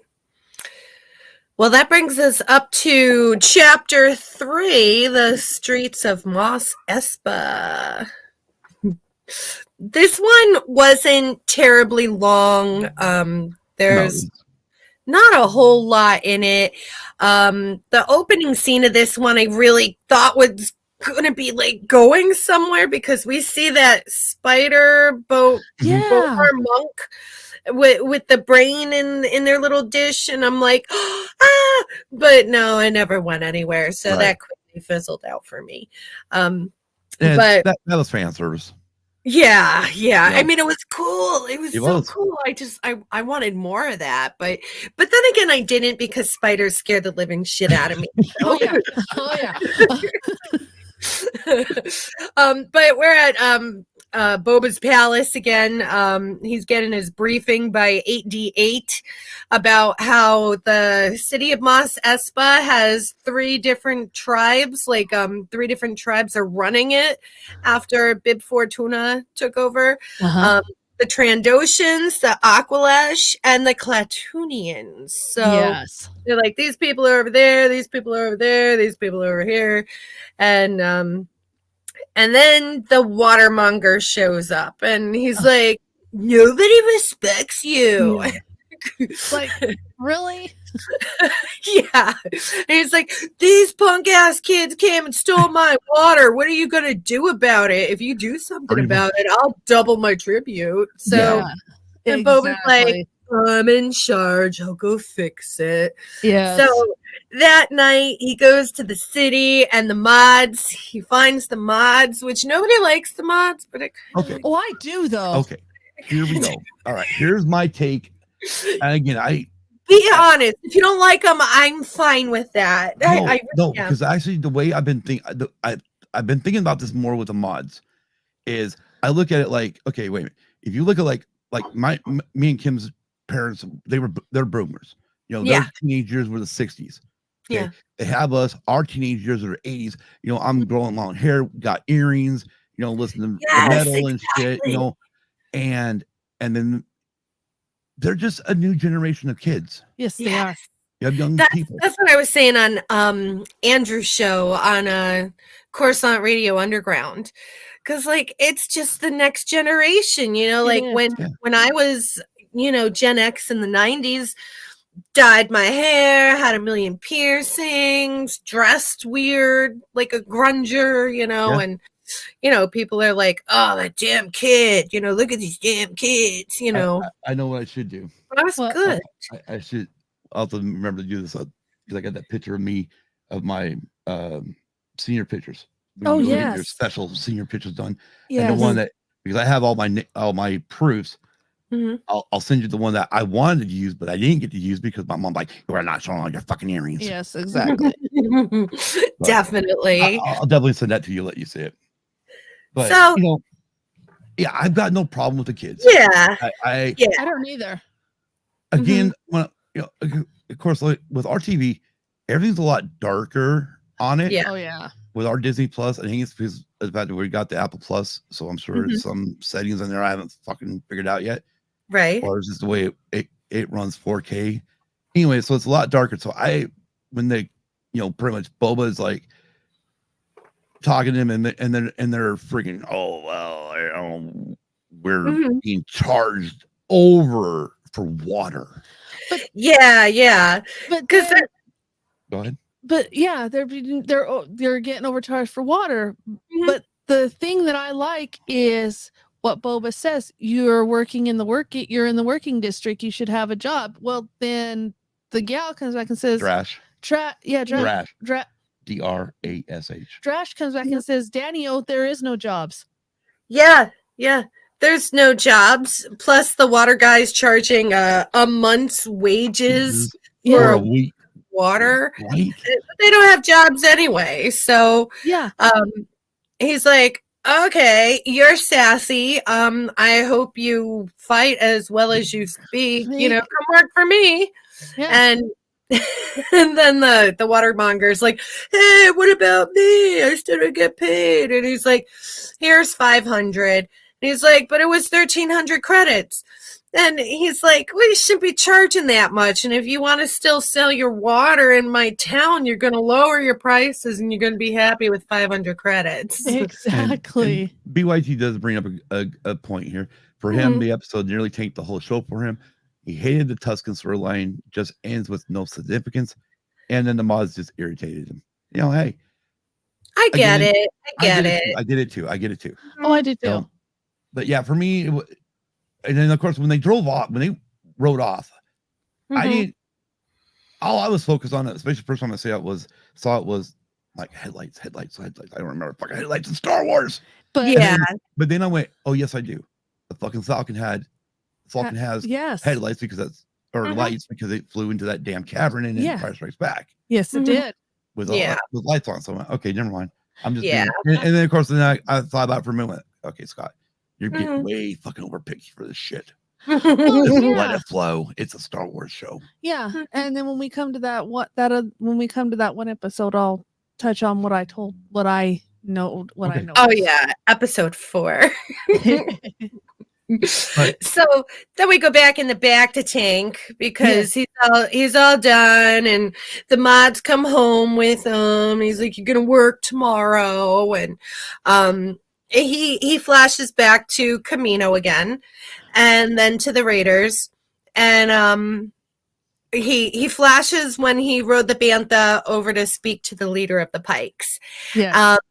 The leader of the Pikes said, "We're not going to pay the Tusken Raiders crap because we're already paying stuff to the Kenton Striders," which was the swoop bike gang. Right. Yes. That's where the K, like Yeah. that swoop was Yeah. the letter K in Huttese. Oh, That's okay. what I that didn't know was. Okay. And it stood for the Kentan Striders, which that was the name of the swoop bike gang. So he doesn't want to pay both of them. So Boba's like, "Well, I'll take care of the Nikto riders. Like I already took care of them once before at the bar. So, don't worry about them. You could just pay me." Then he rides the bantha back to the Tusken Raiders, and he finds everybody dead, and the whole town was torched. Yes. So once again, he found family, and it Got was it taken away. from him again. So Yeah. he's back to almost bottom with nobody, but at least he had a bantha this time. But Yes, did have that's bantha. true. That's Sure. true. yeah. And just at that point, Black Chrysanthemum comes and rips him out of that back to Tank, throws him on the floor, and we're like, "Ah, it's Chrysanthemum!" Yes, exactly. So everybody starts waking up, and the Gamorrean guards come, and Chrysanthemum like bites one of them, and the mods are trying to shoot him and knife him and stuff, and he's like throwing mods everywhere. And then Fennec wakes up and goes, "Eat," and he's done. He's down. They take him prisoner and stuff, and Boba Fett does not go back in the back to Tank because he wants his guard to have the back to Tank. Yes. Which right there is another small example of showing respect, Right. Yes. which I thought that was kind of cool. Yes. And the next day he starts getting food because people are starting to respect him, and he's uncomfortable with it. And Fennec is like, "Eat the food, you're a head of a family now." Yeah, exactly. It wasn't, even though I saw this episode like 5 times, it wasn't until today that line hit me, because like this whole time he doesn't know what it's like to be a head of a family. He never had family. So no. like, oh, I get Yeah. that now. Yeah. I mean, Relax. this is sidebar back into Attack of the Clones. I mean, or in Attack of the Clones. Mace kills his father. Yeah. Yeah. Beheads him right. Yeah, exactly. Like, fuck. Exactly. I mean, I remember when I saw that, I'm like, holy shit, this is a Star Wars movie. Yeah. Yeah. Oh yeah. But Yeah. He's definitely never been part of a family. He's always been on his own. It's Yes, he been has. Pretty much me, myself, and I. Yeah. And he doesn't know how to react with a family. No. But every time he seems to get one, It's or taken gets away. it gets taken Yeah. away. So Yep. of course. So now he's freaking out too. Like he's trying to eat a little bit, and like Fennec is just like chomping at that giant, Whatever who it knows is. what animal it is, but it's yummy. And he's freaking out like the Hutts, they send Chrysanthemum to kill me. We need to, and Fennec's like, "You need to do something." And he's like, "No, we don't need to do." Oh no, he wanted to do something to talk to them, and Fennec's like, "No, you already did something. You need to sit and wait now." And sure enough, 8D8 comes in and it's like, "You got a visitor, the Hutts are here." And Yeah. he's like, "Oh shit." So they go out to talk to the Hutts and everything, and the Hutts are like, "Ha ha ha, my bad. We're sorry. We didn't mean it. we're leaving your planet. We're going back home. We don't need this war with the Pikes anyway. And you know, we don't need Black Chrysanthemum back. You could just do whatever you want with them or just kill them. But here's a gift of a baby Rancor. And there's Danny Trejo, the Rancor Ranger. And I'm like, I popped. I mean, like, hell yeah, Danny Trejo, fucking A. Yes. You know? Danny Trejo, the Rancor Wrangler. Yep. Yes. So like now we're like really cool, and he takes him down into the Rancor pit, and like this is going to be your new home, and he's petting him, and Danny Trejo's like telling us things about the Rancor that we don't know. No, they're like affectionate animals, and it's like no way. Yeah. They're like affectionate. The first person they see is what they imprint on, and like it was just like really cool, you know. It was. And like there's Boba, like, oh, he's such a good boy, you know. Yep. I'm like, I got into it. I know it's cutesy. Some people don't dig that kind of stuff, but I dig that kind of stuff. So. Oh, I did too. What the thing I loved about that scene was when he brought the witches of Dathomir, right? Road Rancors through their villages. And then Boba was talking about, well, yeah, you know, well, I want to learn how to ride them. And you know, he's like, oh, you know, pretty much telling him it's going to take some time and whatnot. And then Boba makes that comment, I'd read something bigger. Yes. Which I'm like, okay, that's a throwback to the holiday special. Yeah, definitely. And then the Major Domo, they get a message saying, oh, the mayor can't see you for like 20 days. And Boba Fett's like, that's not good enough. Let's go, Fennec, you know. And they all go over to the mayor's house. And, you know, the mod squad goes with them, riding on their little shiny scooter. Okay, so at this point here, I'm going to pause you just for a minute. When I first watched this, and I'm not a freaking fan of this series or whatnot, but when those, I didn't, like I said, because of the darkness of our screen and whatnot, I didn't really catch. I noticed it more watching it again. Yeah, but the first time I didn't catch the colors of their mopeds or whatever the fuck they are. And when I saw the colors of them all, I'm thinking, what the fuck, Power Rangers? I thought Voltron myself. I'm like, dude, they're Voltron lions. Okay. But yeah, I was like, what the fuck? Like, okay, we got Power Rangers now. Yeah. This is interesting. But yeah, they go to where the mayor is supposed to be in his quarters. Yeah. Or I guess City Hall in a way. Yeah. And the Major Domo's like, Moksha is very busy, and I will go and check and see if we can move some appointments around.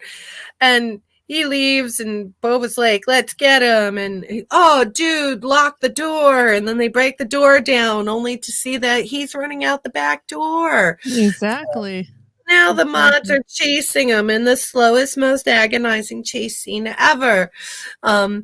I mean, I try to find the good in everything, and I'm like, ooh, there's the melons from Rebels, and there's, you know, like, but it was agonizingly slow, and, you know, I totally get it.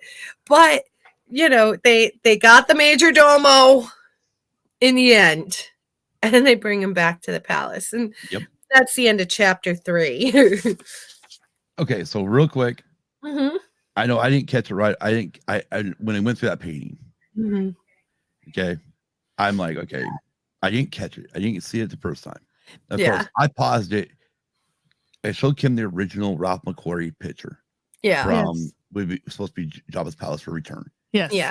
And as we were watching it, I'm waiting for that scene to come up. As it hit, I fucking hit pause, and I got it right, dead center on the screen, and showed her. It's like, oh my god, that's freaking awesome. And then.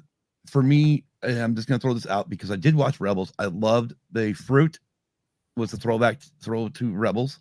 Yes. We saw it was from Ezra, had it. And then, of course, the chasing, again, it was slow speed chase. I will admit, it definitely was slow speed. But then again, it also was a to me a throwback to Back to the Future. Oh, I didn't think of it that way. When he slams into it, it was like all I could think of at that moment was the friggin' manure truck. Oh, Yeah. That's what I thought Oh, of. yeah. But I'm Mhm. sure other people, depending on what they've seen, that they thought it was. Yeah. And thank you, DB, for throwing the wrench. Yes, thank Yeah. you. Good job, honey. Good job. Smack him down with that wrench. Exactly. Anyways, all right. So now we're at chapter 4, the Gathering Storm. Yes. Yes. And we start off with the Bantha. And he's riding the Bantha over to spy on Jabba's palace because he's got nothing else to do. He might as well go and see if he can get his Ship. Slave One. Slave one, back. yeah, his Slave one. fire spray ship. Right. Yeah. I noticed that in Wikipedia, like fire ships. Fire spray. Fire spray. I'm like, really? Mm-hmm. Yeah, So he's just like watching how the palace runs so he could break in. And at this point, it's Bib Fortuna's palace, of course. Yes, it is. And then he sees those flashbangs off in the distance and he decides to go investigate it. Yes, honey, you have all the power tonight. I'm not even watching for boss. I really need to do. That's where I need to get like a soundbite of He-Man. I have the power. and TV says it's pronounced Slave One. Yes, it is. One. Yes, it is. It is Slave One, yes. We're all from that generation. He is Slave One. They'll always be Slave One. So he sees those flashbangs go off and he takes the Bantha and goes to investigate it. And it matches up perfectly with Mandalorian season 1, episode 5. And Yes. it's like, holy crap. Okay. One. For the fact that you had all of that, holy crap. I'm like, okay, I remember it from Mandalorian. I'm not sure which episodes or whatnot, but fucking A. I remembered it, and the first time I saw it, like I watched it straight through, and then DB left for work, and then I went on to The Mandalorian, and I watched that episode all over again, and I'm like, holy shit, it does match up perfectly, it just, what the hell on? sometimes you think, did I imagine that, Right. Yeah. But no, it matched up perfectly. It Pretty did. awesome. Mm-hmm. So that was like totally cool, but he finds like a dying Fennec there. So what does he do? He picks her up, throws her on the Bantha, and they go into the just outside of Mos Espa, and he finds the mod crew. Yes. Like the very first time he found the mods, Right. because we're in the back to tank right now. He's flashback. Right. Right. Yes, we right. are. So So real quick, your thoughts when we get there, obviously it's not your normal style of Star Warsy type music, where we got like the Cantina band and then we had the original music in Return of the Jedi, and then of course Lucas changed it to Jedi Rocks for Return of the Jedi. Your thoughts on the rave scene? I listened to that stuff back in the 90s. When I was getting tattooed, I have tattoos. I got everything pierced. Well, not everything pierced, but a lot of things pierced. That's the music I listened to when I was getting tatted and pierced. And DB can back me up on it. Right. Oh, yeah. Well, yeah. I remember going to a few raves in Reno, Nevada, and yeah, I mean that was the thumping, pounding music. Exactly what I remember. So for me, it was like, cool. I love it. Because this is different. These are different cultural people. Different people here. Yeah, exactly. Not only that, but the guy who was doing the modifications is the bassist from Suicidal Tendencies, Thundercat. In real life, there's a band called Suicidal Tendencies. I know who they are. Oh, okay, good. I thought you did, but Yeah. Oh yeah. I got at least their very first album. Yeah. And then of course they're one of the songs I do like by them is oh god damn it. Fuck, I can't remember what. Anyways, it's about pretty much send your money please or some shit like that. Yeah. Ripping on Jim and Tammy Faye Baker. Yes. Yes. So and the mod guy's like, dude, Like can't that, DB. you don't have an appointment, and and he's like, she's dying here, and whips out some money. He's like, oh, why didn't you say so? And just starts working on Fennec. Saved her life. Totally gives her like new guts. Exactly. Right. And I love how Boba takes her back to where she was originally. It takes her back to like the sand dune that he was camping in. And well, he's got nowhere else to go, but at least he made a fire and got her a melon. And when she woke up, he's like, here, drink the milk. It takes a little bit of getting used to, but you'll actually crave it after a while. And so he came in after Lights Camera Revolution, which I think is the one. I think that's the one that's got the song I like on it. Or it's not the only song I like, but I mean, that's what I was thinking of. One of the them. Fucking music video is freaking badass for the song. Stevie would know. He was like really into them when I met him. He's the one who got me to listen to them for the first time, so he would know all about them. Yeah. Sidebar. I mean, me and a bunch of them, my buddies, we got into Suicidal Tendencies, DRI. Oh fuck, MOD, SOD. Fucking trying to remember. There was a bunch of them back, and that pretty much like with our group that we were hung out with, that actually became the scare music for the longest time until Nirvana came along. Yeah. And then of course when Nirvana came along, I mean, it was like, yeah, this shit is legit. I mean, even for me, I was ready for the change in music because it's like everything that they do. And I love how we're supposed to be talking Star Wars, but we're right back to music. But everything that happens with, especially in LA or with the record companies, is when something becomes popular or a few bands sell that million, 2 or 3, 4 million albums, they friggin' they sign everybody. They oversaturate the system. And that was what happened with the technically hair bands or whatnot. They just oversaturated the system with them, and we needed something different. And then of course what happened in the 90s after Nirvana, Pearl Jam, Alice in Chains, and a bunch of those, well, what did the record companies do? They oversaturated the system with bands like them. Yes, they did. And it's just the way it works, but It unfortunately infectious grooves, fucking A. Dee, I'm gonna one of these times I'm gonna have to kick you off, and it's me and Dee, we're gonna have to have a live show about seriously cool music. Excuse me? It's okay, Kim. We'll do another chick night. Okay. Oh yeah, definitely. Oh yeah, I'm sure. I'm sure we can set one.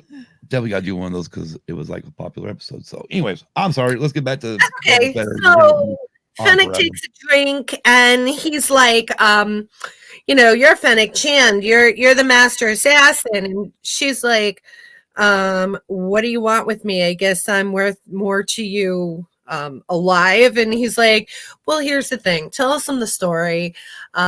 He wants to get Slave One back. He wants to get the whatchamacallit, the speed bike gang. And Fennec is like, that's highly unlikely that the Niktos would have killed the whole gang, but if that's what you want, I'll help you, because once I'm done, our debt is completely canceled. It cancels out. And he's like, yeah, okay, if you don't want to say anymore, that's fine. So they go to Bib Fortuna's castle, and well, first he lets his bantha go, and he's like, it's fine. Go find your tribe, go find other banthas and make baby banthas. And it was like, oh, it's a touching moment. Yeah, and the bantha's like licking his face, like, and he's like, it's okay, you're free, go. So it was like, oh, and then him and Fennec go down to get his Slave One. Yes, Slave One. And they break in because Fennec, like she sent out some droid little probe thing, and now she has a whole map of it, knows exactly, they came up with the battle plan, how to get in there. They went in, they're in the kitchen. There's this like chef droid with like 8 arms, all with knives and stuff, making salad, and that's coming after Boba, and Fennec like kills it from the back. And then there's this little lep droid, which was really cool, and another throwback to Clone Wars, because you see lep droids all the time as like house servants, so that was pretty cool with that. But the lep droid kind of offed himself because he got scared. Yeah. Yes, he did. Well, gee. Boba Fett. On Boba Fett. The poor droid got to turn him off. So the poor droid offed himself. And then he finally gets his slave one. And Fennec's like kicking everybody's ass. And finally they get out of there together. And then the first place they go to is the Sarlacc pit. No. The first thing that they do is slaughter all of the biker gang. Right. Yes, the biker gang. Yes, they go after the whole damn biker gang. Because at this point, Boba wants revenge for the friggin' Tusken Raiders. Yeah. Yes. Even though Fennec said they probably didn't do it, it's very doubtful. You went and killed them all anyway. Yep. Yeah. Because, that was before the new Boba. That was before. Yeah. And everybody wanted a little action at this point anyway, so. Of course. Yes. Yeah. And then they go to the Sarlacc pit because next he wants his armor back. He's got his slave one back. Now he wants his Beskar armor. He, of course, got the crap kicked out of him by the little Jawas, so he doesn't remember that. Right. He's still in the Sarlacc pit. So he goes back down there. The Sarlacc, he's not dead yet. And the tentacles and stuff starts like pulling it in and stuff like that. They can't get out of it. Finally, Fennec like unbuckles and pushes the button that she's not supposed to push, and like seismic charge and Sarlacc things everywhere, which was really cool because that's my favorite sound in all of Star Wars. Yes, I do love the seismic charges. Of course, when she reached up there and hit it, I'm like, yes, we're gonna get the sound. Yes. I hit rewound a couple of times just to hear that sound again because I love that noise. But sure enough, there was no armor, and he even went back down there after the thing was dead, and now he's got like acid all over him, all over again. Fennec's like, you better hose off, that shit's gonna like eat your skin, but As she mentions, you need it back to tank. Hey, yes. And the other cool thing was that we saw the ruins of Jabba's barge was still there. Yes. That was pretty cool too. That was very cool. And just then the timer goes off and he gets out of his back to tank, and the house droid is like, you're completely healed. Congratulations. Yep. And it's true. Like no scars on him. Like nothing. Like a brand new Boba Fett. Yeah. Yeah. So he's completely healed. And then it pans over to the sanctuary. And Black Chrysanthemum's having some drinks. There you go, DB. We'll back up just for a minute. Sarlacc pulled down Slave 1, but couldn't pull down Lando. It's true. Oh my God. It's true. Yeah. Mm-hmm. So they go over to the sanctuary, and Black Chrysanthemum's there, and he's having some drinks, and he's pretty drunk, and he's watching the Trandoshans playing cards or whatnot. And Wookiees hate Trandoshans, so Black Chrysanthemum decides like he hates their laughing. He's just going to rip off the one dude's arm. He starts this big fight, and Garza comes running over, and she's like, come on, you don't want to do this. You are a champion, but this is not the place to be doing it at, and just put them down. And you know what? You have a really huge tab, but I'm willing to wipe all of that clean if you just put them down. So he decides to put them down and rip the arm off in the process. The arm off, throws the arm down next to him, and then throws some change at one of the Twi'leks and storms out. And like Garth's like, oh, whatever. Boba's like, I'll talk to him. Yeah, at least you tried. Yeah. you and then Boba's, you need a job. yeah. Exactly. It's like, job? And Black Chrysanthemum's like, well, I guess so. Yeah. So, and the next scene, then you see all the crime heads of Mos Espa are sitting around the dinner table. So those 3 different families guys are there. Yes. And at first they're like, we ain't gonna help you do shit. And Bob was like, okay. And just then, like, his Rancor, the dinner table was on top of the Rancor pit. And that dinner table cleared in a mighty big hurry. And he's like, oh, no, sit down. He's just a little hungry. Yeah. Ribs down there. Like, giant ribs that you would see on the Flintstones. He's showing. Right. Brontosaurus ribs.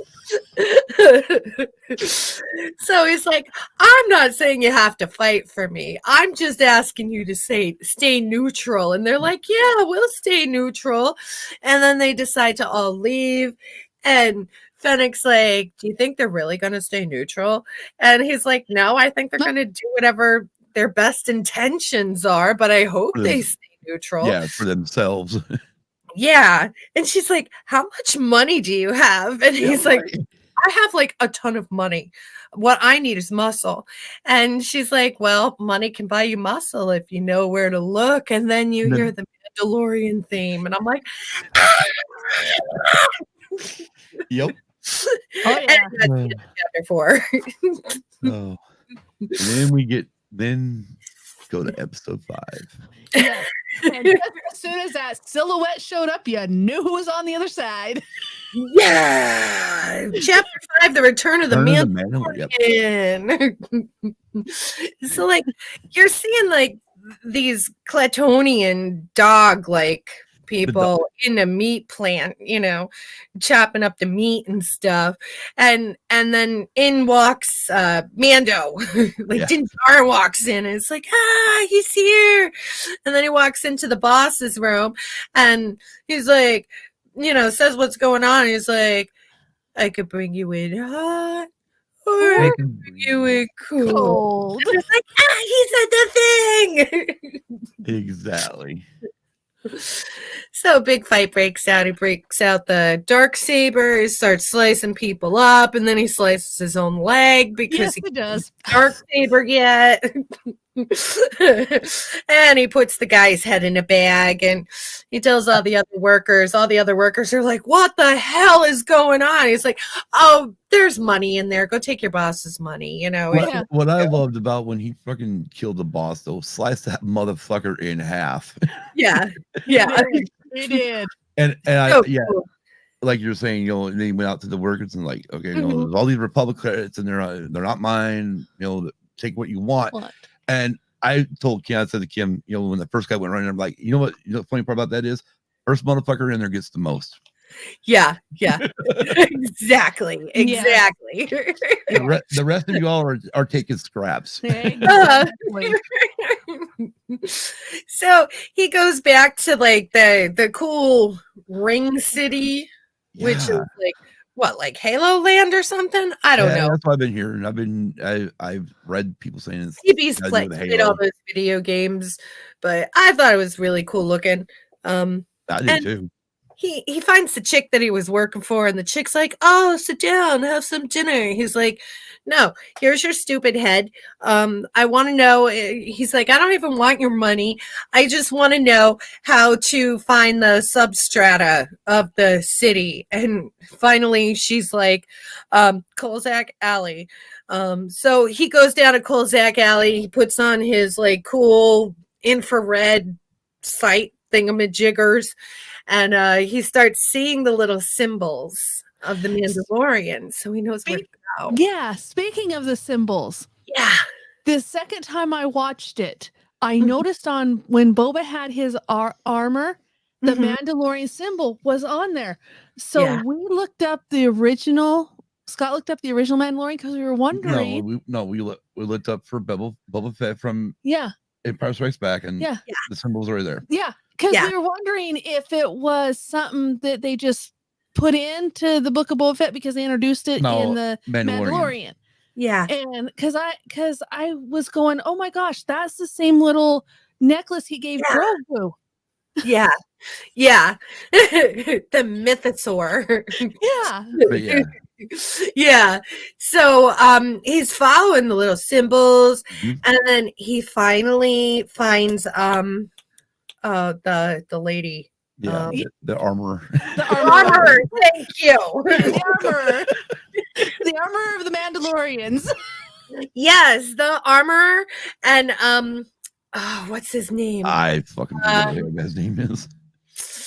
Paz Vizsla. Yes. He finds Paz Vizsla there.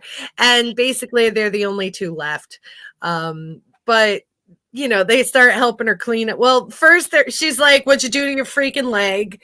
And he's like, "I hit it with my dark saber." And she's like, "How'd you get the dark saber?" And he tells her, and helps set up the forge. Yeah, because this is going to be their new home now, I guess, because there's only two of them left. Now there's three. Yeah. And then Paz Vizsla, well, first the armorer starts telling him the legend that the mythosaur is going to rise up to herald a new age of Mandalore. She's like, "Where'd you get the Beskar spear?" And he tells her, and she's like, "Oh, you gotta melt that down. That's very dangerous to Mandalorians. It can pierce your Beskar and kill you." And he's like, "Okay." So hands over, and he's like, "Make something for the foundling." Oh yeah. Yeah. Fuck yeah. Yeah. Oh, I loved it when he said that. I loved it. Grogu, are we gonna see Grogu? Yeah. So he's like, "Make something for the foundling, Grogu." It was like, oh yeah. Oh, but before that, she tells him the story of Bo-Katan, because he's like, "Who's Bo-Katan?" Because he met her, but doesn't know anything about her. So she starts saying how Bo-Katan, she got the dark saber, but it was given to her instead of winning it in battle. And, under her rule, the whole planet went to hell, and the Imperials came in and, turned everything to glass. And thankfully, her and their little clan were on some moons, so they didn't die, but everybody else died. The night of the Great Purge and Night of 1,000 Tears. So I went through that, and then Paz Vizsla's like, "You know what? That sword was forged by one of my ancestors. Not only was he part Mandalorian, but he was part Jedi, and I want it." So he challenged him for the dark saber. So Paz Vizsla and Mando, they're duking it out. But Yes, they are. Yeah. Mando won. And the forger, or the armorer's like, "Enough," and stops him right before he kills him. Yes. And then she asks the question, "Are you pure, Paz Vizsla? Did you ever take off your helmet?" And he's like, "No, I didn't. This is the way." "And what about you, Din? Did you take your helmet off?" And he's like, "Yeah." After a pause, he did pause her for a bit. Yes, he did. I thought, okay, is he really thinking about actually telling her no, he didn't? Yeah, but he's like, "Yeah, I did." And she's like, "You're no longer our family." And he's like, "Oh, but how can I make amends?" And she's like, "You need to go to Mandalore. underground waters of Right. a mine on Mandalore. And he's like, but that planet doesn't, you know, that planet was, the mines don't exist anymore. And she's like, well, this is the way. So, which I think there's something up with the armorer, but I guess we won't know until the future. Right. Yes. Yes. Yeah. So then he's like, fine, I'll go there. But first he's got to go to Tatooine because he got a message from Pelly saying, I found a replacement for your Razor Quest. And of course, he's got no transportation. So it's like the equivalent of taking the city bus over to Right. Tatooine. Yeah. Oh, yeah. He's got to give up all of his weapons before he boards. Oh, yeah. And then there's that little Rhodian kid, like, hi. Yeah. And then he takes out the package and Yeah. it's in the shape of Grogu's little head. Yeah. Oh, that's so cute. So then he gets over to Tatooine, and, you know, thankfully, all of his weapons are really in the box, which I was like, oh, okay. So he collects his weapons. He goes over to Pelly's garage, and there's like a womp rat eating her. Yeah. I love how she's like wanting everyone, all the droids to go out of this fucking thing. Like, no. Fine, I'll do it. And then all of a sudden, it's like, well, it's not here. And then all of a sudden, like, what the fuck? Like, wow. Like, I feel chewing. The worst part was before she popped her head back out, I thought, well, fuck, this will make Dave happy. Yeah. Oh, it was so funny. But, you know, Mando killed the womp rat. Yep.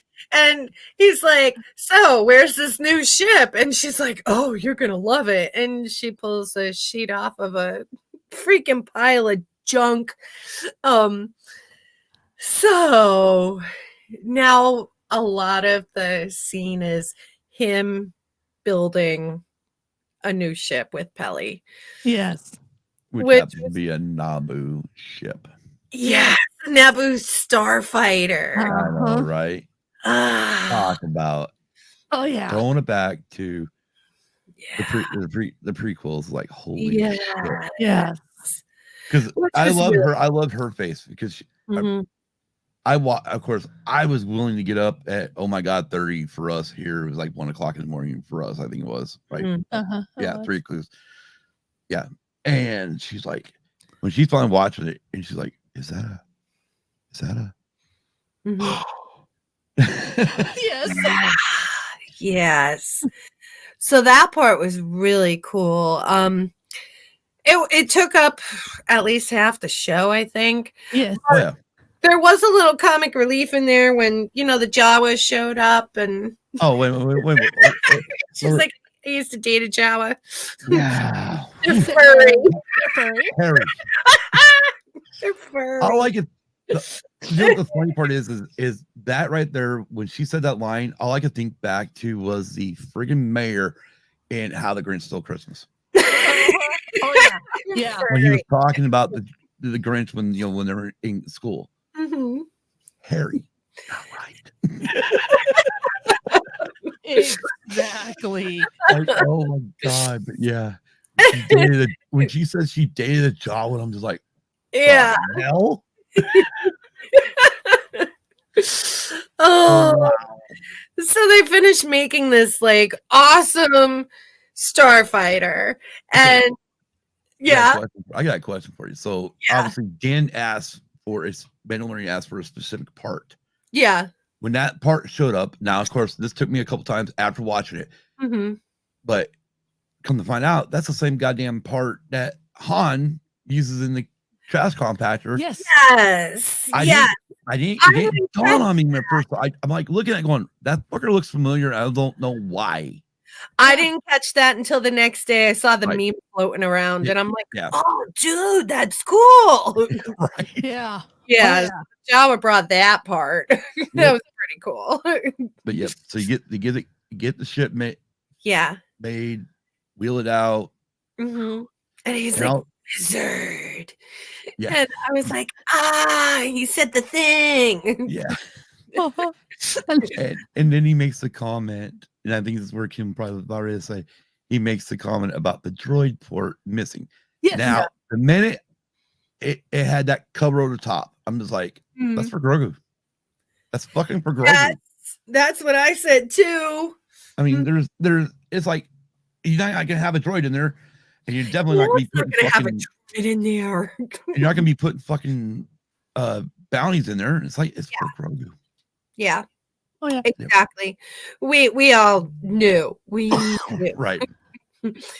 So Pelly's like, "Oh, go take it for a test drive," and he's like, "Okay." And that was another really cool throwback to the prequels, where he's just cruising around Tatooine, and then he goes off the world, and there's that plane bus that he was riding on, and there's that little Rhodian kid, and he's like, "Hi," and the kid's like, "Whoa!"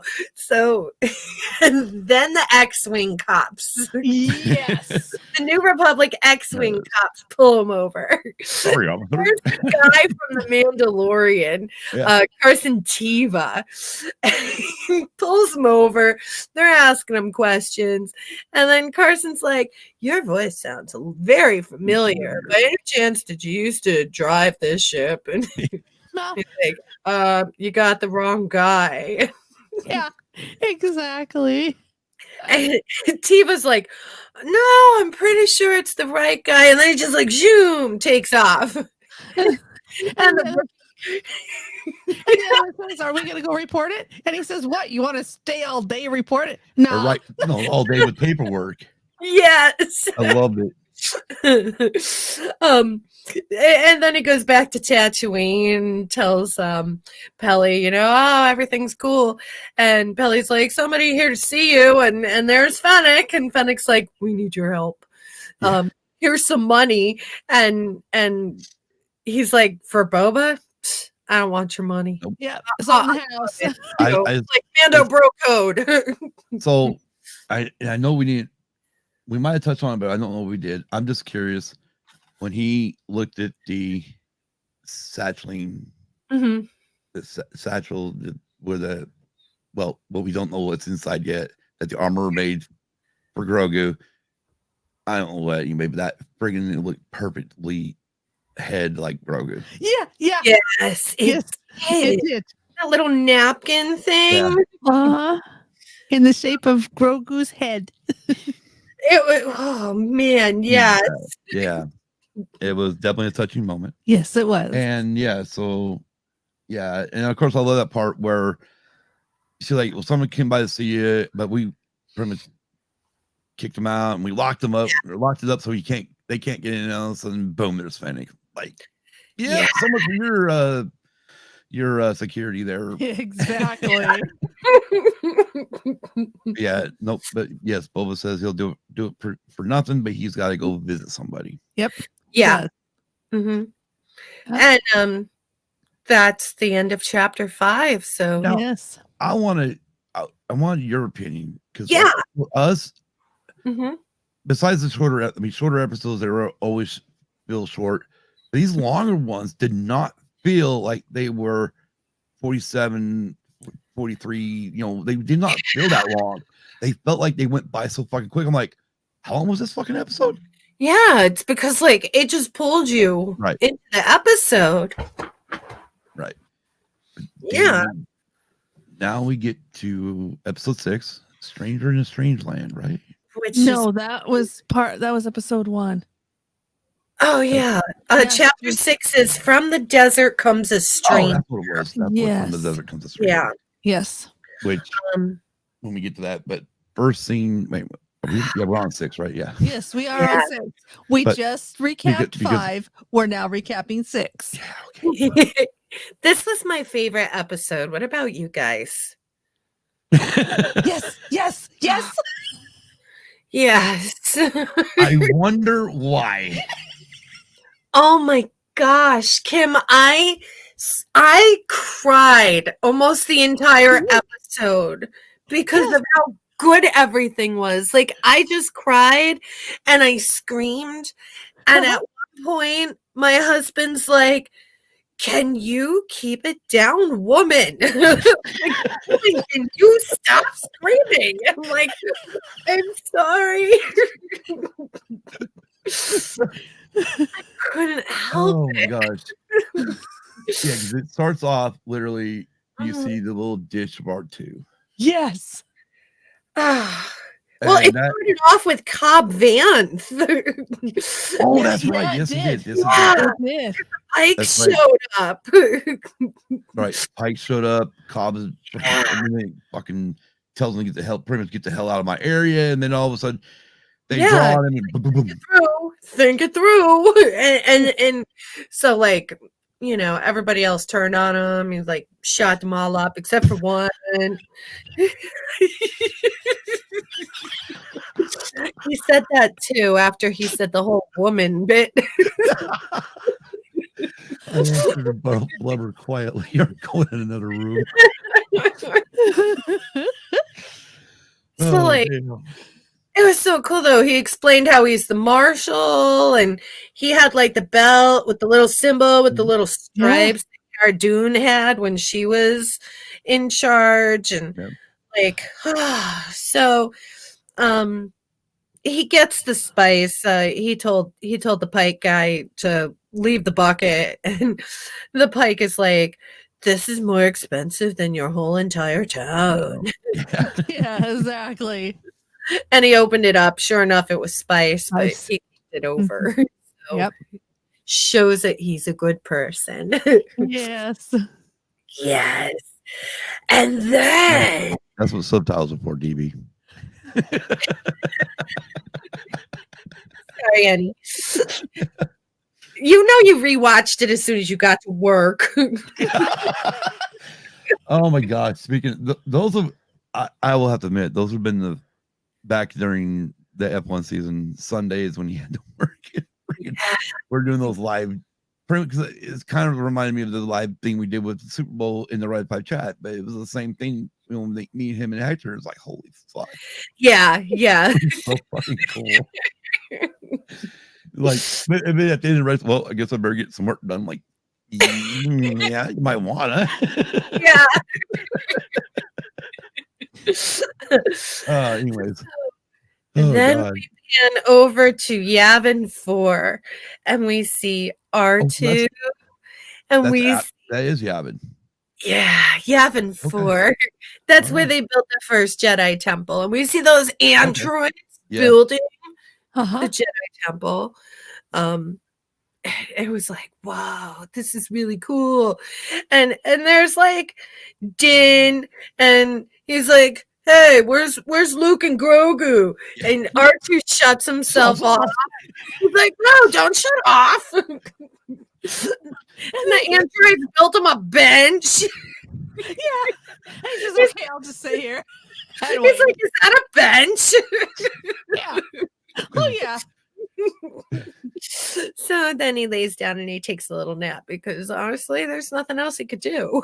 No, there wasn't. And then Ahsoka shows up. Yes, Ahsoka then shows up. Oh no, not yet. They pan over to Grogu.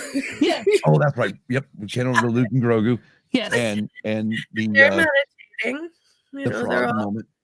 and Grogu, he's like levitating a frog over to him. I love that part. Actually, no. I mean, they're doing the Zen part, and then all of a sudden, here comes that frog, and then Grogu's like, Yeah. like, oh hell yeah, Yes.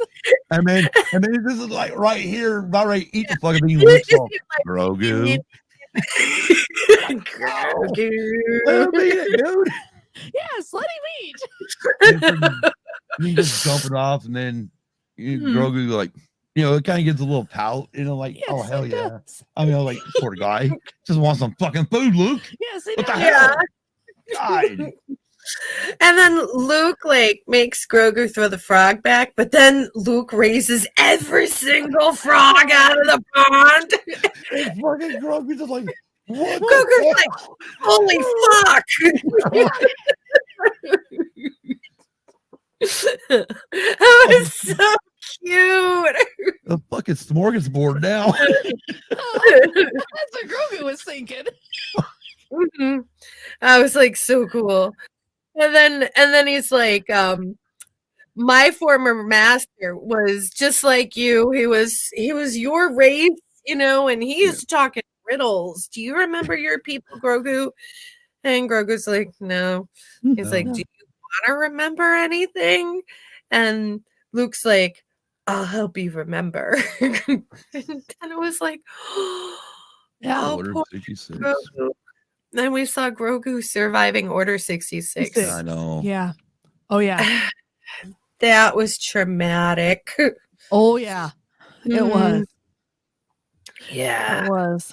And at that moment there, I'm like, this is going to have a repercussion somewhere. Yes, it is. Yeah.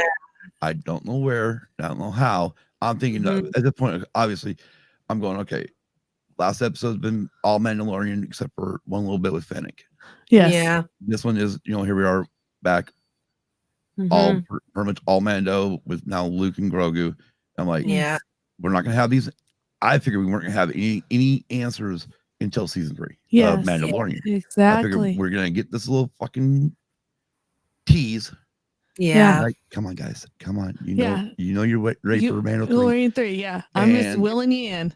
Yeah. But yeah, so yep, Order 66. I was like, as soon as it popped up, I went, holy shit, I know where we're at. I know Yeah. what time we're at. I know where we're at. Yeah. Mhm. Oh yeah. And it Yeah. was heartbreaking. I mean, it was heartbreaking knowing that little It Grogu was. did see that. Yeah, it Mhm. was. But it was a question that all of us have been asking for It 2 was. seasons now. Yeah. 2 seasons was. of Mandalorian. So I was like, that was a huge holy shit moment. It was. It was. It really was. And then we flash over to Ahsoka. Yeah. Yes. And again, I was like, oh my God, Ahsoka! Talk about hitting us. Boom, boom, boom, boom, boom. Yes. And Mando's like, what are you doing here? And she's like, oh, I'm an old friend of the family. And I'm like, Uh-huh.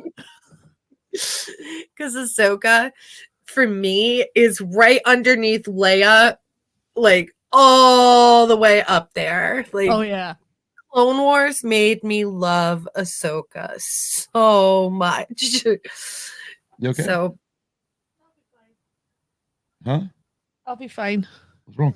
My butt is hurting. we have been sitting for a while. All right. I'll read really fast. No, Oh, because what I'll do is I'll just get up and switch my cushion. My Right. cushion's coming off my chair. oh, okay. So I'll get up and switch it. So I'll go ahead and move this up here. Fancy. Fancy. Here. While you do that, while I go ahead and just mute, Yeah, mute me. mute your mic. That way we don't hear that. Mm. Anyways, So Ahsoka starts bringing Din over to see Grogu and explains how Grogu's going to be the first person at this new academy that they're building. It's going to be a Jedi academy. And do you really want to see him for him, or do you want to see him for you? And there's not supposed to be any personal attachments with Jedi. Right. So who are you really doing this for, Din? And Din's like, fine, here's his present. Go ahead and give it to him. Yep. I'll leave. And then it pans over to Grogu and Luke watching the wizard fly away. And it's like, So Grogu knows Din was there. right. Exactly. Even though he doesn't know the wizard, like he senses he has an attachment to Din. Right. And that's what and that's one thing that Ahsoka brought up. Yeah. if you see him, it's going to set him back. Yeah. And at that point, I was like, oh, fuck. Like, he's not a foundling anymore. He's Right. a Jedi. So, and then we start to ask ourselves, is he going to be a foundling or a Jedi? Or maybe he's going to be both, because we didn't know what was going on at that point. Right. So after we see the whole wizard fly away, we're seeing Grogu learning how to force jump. And then we're seeing him with the training droid. Okay. And then at that moment there, when Luke pulled that thing out, I'm like, okay, this is cool throwback to the original trilogy. But at the same time, I'm like, but Grogu's so small. I mean, really? And then when that fucking thing shot him, I'm like, oh, hell no. Yeah. Yeah. And we heard the Force theme. That was really cool. Yes. Yes. Yeah. Mm-hmm. Used and abused backside for the OT. Huh? I don't get that. I don't get that, DB. Well, anyway.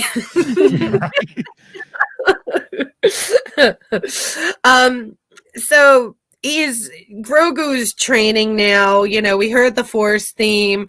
Grogu's, he's actually force jumping now, trying to get away from the little training sphere. Yep. And finally, Grogu's like, fuck this shit. And he catches it and he breaks it and he throws it in the river. And Grogu lays down and takes a nap on a rock. And there's this Ahsoka's back now. She's like, go ahead. I'm sorry.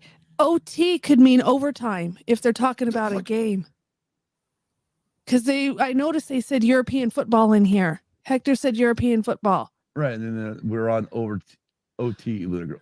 Overtime. Right. Javen. Oh, it's almost 9:30 probably. Maybe that's why. Yeah, it is almost 9:30. That's when. Sorry, y'all. Yeah, that's when they put used and abused backside for the OT. It meant we're in overtime now. We're in overtime. Because that's how we ask at work. People, do you want to do OT? Right. Okay. So yes, we're on overtime now. Or maybe they're talking about original trilogy. Yeah, I know. That's what I was thinking. OT, original trilogy. Both. Anyways, we're almost done. So, Ahsoka's like, you're doing a good job training him. And Luke's like, I think he's remembering more than I'm teaching him. And sometimes I wonder if his heart is in it. And Ahsoka's like, you're so much like your father. And it was another. Uh-huh. Oh, yeah. Yeah. Oh, yeah. I love that moment. And Luke's like, is he going to be a good Padawan? And Ahsoka's like, trust your instincts. Exactly. And now we're back on Tatooine again. And we're with Boba and Fennec and the Gamorreans and the Mods and Chrysanthemum and Mando's there and the Major Domo's there. And they're talking about war, but they need more foot soldiers. Yeah. And Mando's like, I know where to find foot soldiers. So he goes over to Mos Pelgo. And the very first thing that we see there is the sandcrawler from the Jawas. And the skull of the crate dragon they got from the Mandalorian on top of that. It's like so cool. Exactly. Nice throwback for us. Yeah. And then the deputy's like, you can't park here. Just like, whatever. I was like, fuck off, dude. Whatever, kid. and that's when he finds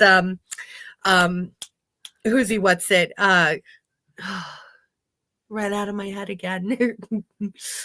The deputy guy. Yeah. Cobb. He finds Cobb. And he goes into the cantina with Cobb and the bartender's like, oh, we're not Mos Pelgo anymore. We're Freetown. Yes. It's like, Okay.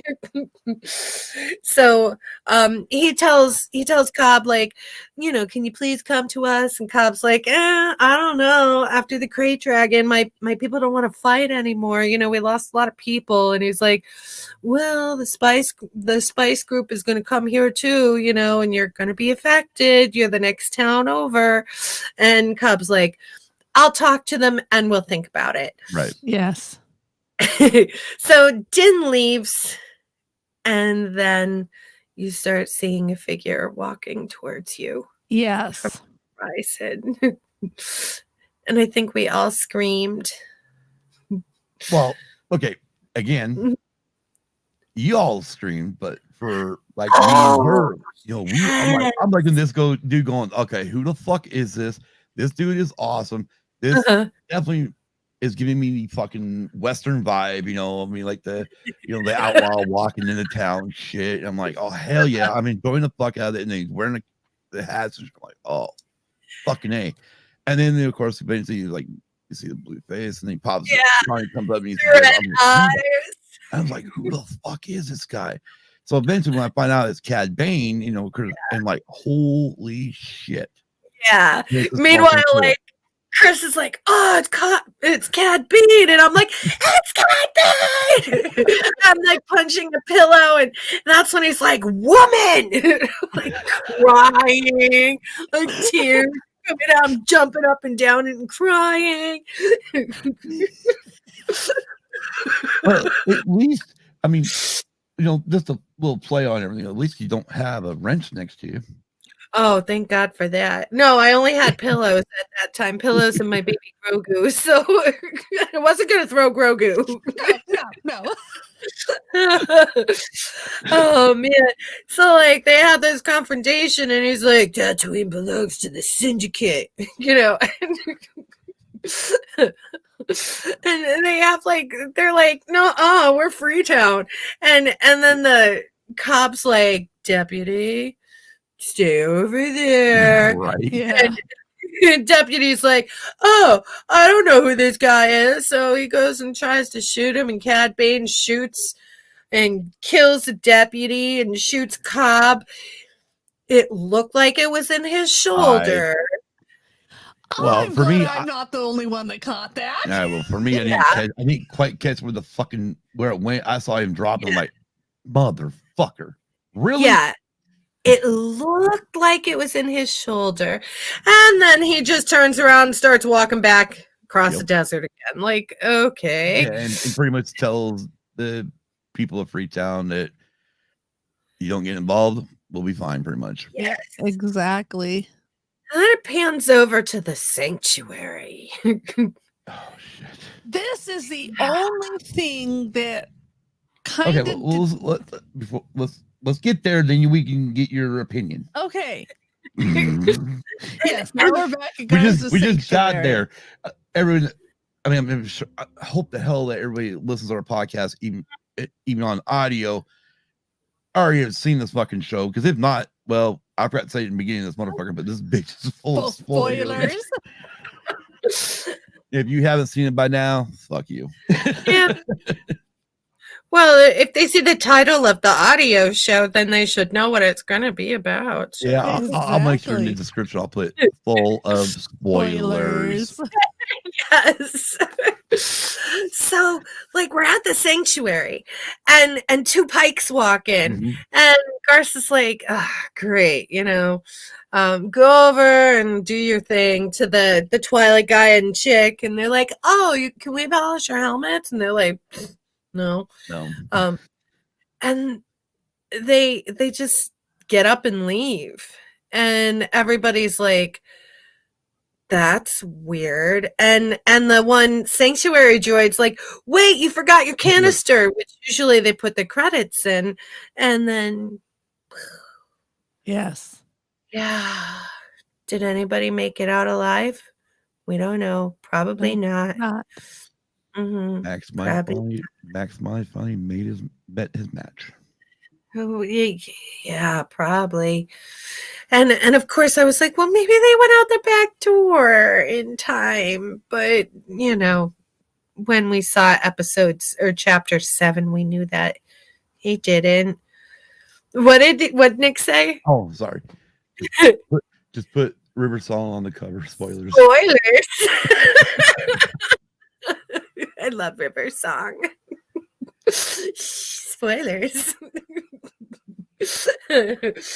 So now we're at Yavin 4 again. Okay, so Kim, you're just going to talk about Sanctuary. Yeah. I did not agree with them blowing the sanctuary up. I did not agree with it. Yes, those freaking pikes. Yeah. It's like, Dude. yeah, you have this sanctuary from Mhm. chapter 1 clear through chapter 6, and then you blow it up. Yeah. Arr! Yeah. So, and I was kind of hoping that Garza Whip something would come of her. Yeah. But I know in real life, Jennifer Beals got another job. So Oh, yeah. I knew that she wasn't going to be one of those characters. But still, I was like, oh, is she with Crimson Dawn? Like the whole time I was like, she's got to be with Crimson Dawn. This is where we're going to see Kira. And then it's like, nope. No. So, Nope. So now we're back on Yavin. Unfortunately, the Scuttle Daddy's girlfriend's gone. Yeah, poor bro. Yeah, Poor poor bro. Mm-hmm. So back on Yavin 4, and we see that the temple is now complete. Yes. Tuscan plot. Yeah. Yeah. The temple's complete, and Luke and Grogu are sitting in it, and you can see some of the Jedi texts are behind Luke, and they're just Luke's like, your friend was here, and he left something for you, and he opens up the little napkin, and there's a tiny little Beskar chainmail. Yes. It's like, oh, but if you take this, you can't have this. Yeah. So you're gonna have a choice, and you can only pick one. Which it's like, oh, dude, that's not fair. And his choice is freaking Yoda's lightsaber, like freaking Yoda's lightsaber. And he's like, you can only choose one. If you choose the lightsaber, you'll be the first person, my very first student in my Jedi Academy. But if you choose the Beskar, you'll no longer be a Jedi, and you're going to go live with Mando again. So, and you're going to choose attachments. Yeah. And that was the end. So my thoughts at this point were, okay, Luke, you've got Leia, Han, Chewie. I know you're not with them at this moment, but these are your attachments. Yes. Yeah. And I'm like, really, dude? Yeah. Because I mean, because I remember like Ahsoka saying at one point, go with your instincts. Yeah. And I almost wondering if she was meaning to me, I was like, or she's really kind of saying be like more like your father. Yeah. Where because Anakin did choose the attachment part with Padme. Yeah, he did. And did it? Okay, he did turn a bit. I mean, fucking Palpatine was all over him. I mean, he was all over him from the first time Palpatine. Papa Palps. Yeah. Anyway, the first time the two of them met. We'll be paying attention to your career. Yes. Yeah. Exactly. But yeah. So back on 6 real quick, Kim. I'm with you on that. It's like, I mean, he told Grogu not to have attachments, but yet he's attached to his friends, and it was like a lose-lose situation. Yeah. Is what it was. Yeah, pretty much. Yeah. What did you think about it, Kelly? I thought, well, He just got Yoda's books like a couple years ago, and he just started reading them, and he's like, oh crap, I'm not supposed to have attachments, so I'm gonna go to Yavin 4 where nobody is, and start living a Jedi life. Okay, So, yeah. I didn't think about that one. Yeah. and who knows what happened in between The Last Jedi when he got the books and Mando season 2 season finale. Like, did Ahsoka see him in between? Yeah. Right. Exactly. Like, she had to have known, because she's like, if you go here, on Mando, a big Jedi can hear you. So we'll find out in the we've got Mando season 3, we've got Bad Batch season 2, we've got Ahsoka, we've got Kenobi, Yes, Right. we we do. have possible other rumored spin-offs. Yes, we do. So I know we'll find that out in the future. Exactly. Mhm. All right. So episode 7. In the Name of Honor. Yes. And we start off with I forget where we start off, but the thing I remember first is the X-Wing pulling into Pelly's. Right. Yeah. Yeah, And that's Pelly's what. like, oh yeah. crap, the cops are here. Not the mumbling my phone. Oh. So Pelly's trying to like clean up, hide this, hide Right. that. Yeah. Like, I swear I was just about to renew my registration, officer. And then the cockpit opens up and she's like, oh, little guy, it's you. Right. With R2 in the back. which, I mean, I know a lot of people are saying, "Oh, we knew this was going to happen." I'm like, I fucking really. I mean, I wanted Grogu to go back with Din, but at the same time, like, does he hold out longer to be trained, and then midway, or even towards the end of season 3 of Mandalorian, then he finally says, "Fuck you, Luke, I'm going." Like I didn't know. So I mean, for me, it was like a complete shocker. And the one thing I thought about at this moment was, what happens to those people who maybe weren't up in arms about or really cared about Book of Boba? At the end of season 2 of Mandalorian, and they let go of their Disney subscription. Well, yeah. And then they're gonna bring it back when season 3 comes out, and all of a sudden they don't, they may not stay up to terms with everything on social media like everyone else does, and they may not know, and all of a sudden there's gonna be Grogu with Mando. They're gonna be like, what the fuck happened? What do we miss? And then the rest of them are gonna be going, well, you should have watched Book of Boba, motherfucker. Should have watched Book of Boba. That's why you watch all of the Star Wars. Out in between podcasts. Yes, yeah. Yeah, because Rogue One is probably finishing up soon if they haven't already. This on. All right, let's go. Let's bust through 7, and we'll get. All right. The fast version. Grogu, he's wearing the chainmail Beskar underneath his robes. Pelly's like, come here, have a snack, and then I'll take you to go see Mando. Right. Meantime, over in Mos Espa, they're all getting ready for the war because the Pikes are coming, and Fennec's like, oh, we have all of our flanks covered. The Mods are over there, the Gamorreans are over there. Stanton's here. Freetown's going to go over here. Chrysanthemum's over there. We're good. And then Cad Bane comes in. And then him and Boba are like, you're old now.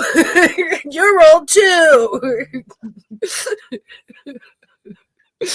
And then the standoff. And then the standoff happens. and then the Pikes come and they send out Major Domo, and Major Domo's like, this is oh, he's not offering you anything. Oh crap, don't kill me. And the Pikes are like, we're gonna kill you. And Boba comes out and he's like, no, you're not. And Boba and Mando start shooting everybody, and everybody starts shooting back. We didn't kill Cad Bane yet, right? No. Okay. If we did. If we haven't, we'll touch on it. Yeah, I'll just go off of pure memory for this one. That's fine. I mean, we're already getting close. I think we're getting close to one of our longest fucking episodes ever. But hey, you know what? It's our first time of doing a Star Wars episode. Yeah. Really touching hard on Star Wars. So fuck it. Exactly. So everybody, like, all the flanks are like getting attacked, and Fennec's like, oh crap, first gotta save the mods. So she goes, and the mods are like, oh, something feels weird. And it's like, you should have said I have a bad feeling about this, you dumbass mod. But okay, that's my only gripe about this whole show. But they didn't say the thing, and that really bugged me out. I know that's the thing that's said in every Star Wars show. Yeah. You gotta say it. You can't say that something doesn't feel right. That's not how you say the thing. No. But that's, yeah. Well, that's the Kids change that, but all right, that was my only gripe. But Fennec goes and saves them, and then they all go and they save Chrysanthemum, and then while Fennec's over there doing her thing, it's just Boba and Din, and then they're like, we're gonna die here today, and you know, Mando brothers for life, you know, and they're all like, you know, Major Domo runs away, he's like all scared and shit, and then we didn't kill Cad Bane yet, right? No, Cad Bane's dead by this time, I think. Oh, okay. Okay, we'll get there. I mean, yeah, no, we can bounce all over the fucking place. Yeah, Cad Bane got killed when him and Boba Fett done standoff. Yes. With the gaffy stick. Right. Yeah. Well, we use the gaffy stick on them. Yeah. Cool. Because Cad's like, you know, the Pikes are the ones that killed your precious Tusken Raiders. Then Cad Bane's like, yeah, because Cad Bane's telling them about the Pikes. Yeah. And not the fucking swoop game. Like, yeah, you fucked up, dude. You killed them motherfuckers for no reason. Yeah, not really. And he realizes it too. Yeah. And it was just like poetic justice, like killing him with the gaffy stick. He also brought up like working with his dad and stuff too. And that's when they said that they were old. You know, we're old. Yeah, we're old. Right. So then after all that, the people of Freetown show up, but there's only like 10 people. And they gave the impression that Cobb Vanth was dead. That's what They didn't really say anything, just that he was shot, but they made it seem like he was dead. Yes. But they're all fighting, and then the mods are like looking at the Freetown people like, you know, you guys suck, and they're like, no, you guys suck, and then it's like, well, everybody work together, and then they start working together and everything's cool. And Drash is like working with I don't know what her name is, but the Freetown chick, you know, and then become friends, and they're like shooting things together, and then the Pikes bring in the droids, and then there's droids, and everything's getting blown up, and Boba disappears. Like, where'd Boba go? And Fennec's disappeared by this time too. No, too.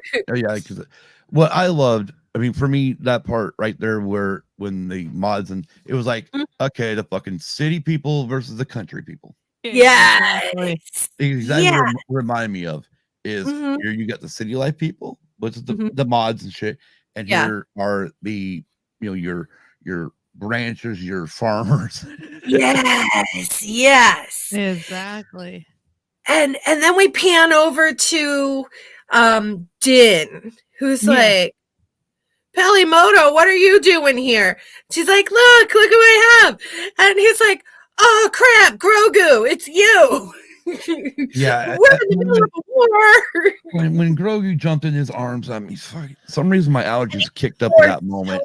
I was like, Oh, Yeah, exactly. baby. Exactly. Yeah, my damn allergies kicked up at that moment. Oh yeah. Someone Cause he amazing. like force jumped. Yeah. Right Like, into Randall's arms. Oh, baby. yeah. And then the droids are still coming, and then Pelly gets like thrown out of the carriage and shit, and she loses a tooth. And I'm like, oh no, baby's gonna get hurt.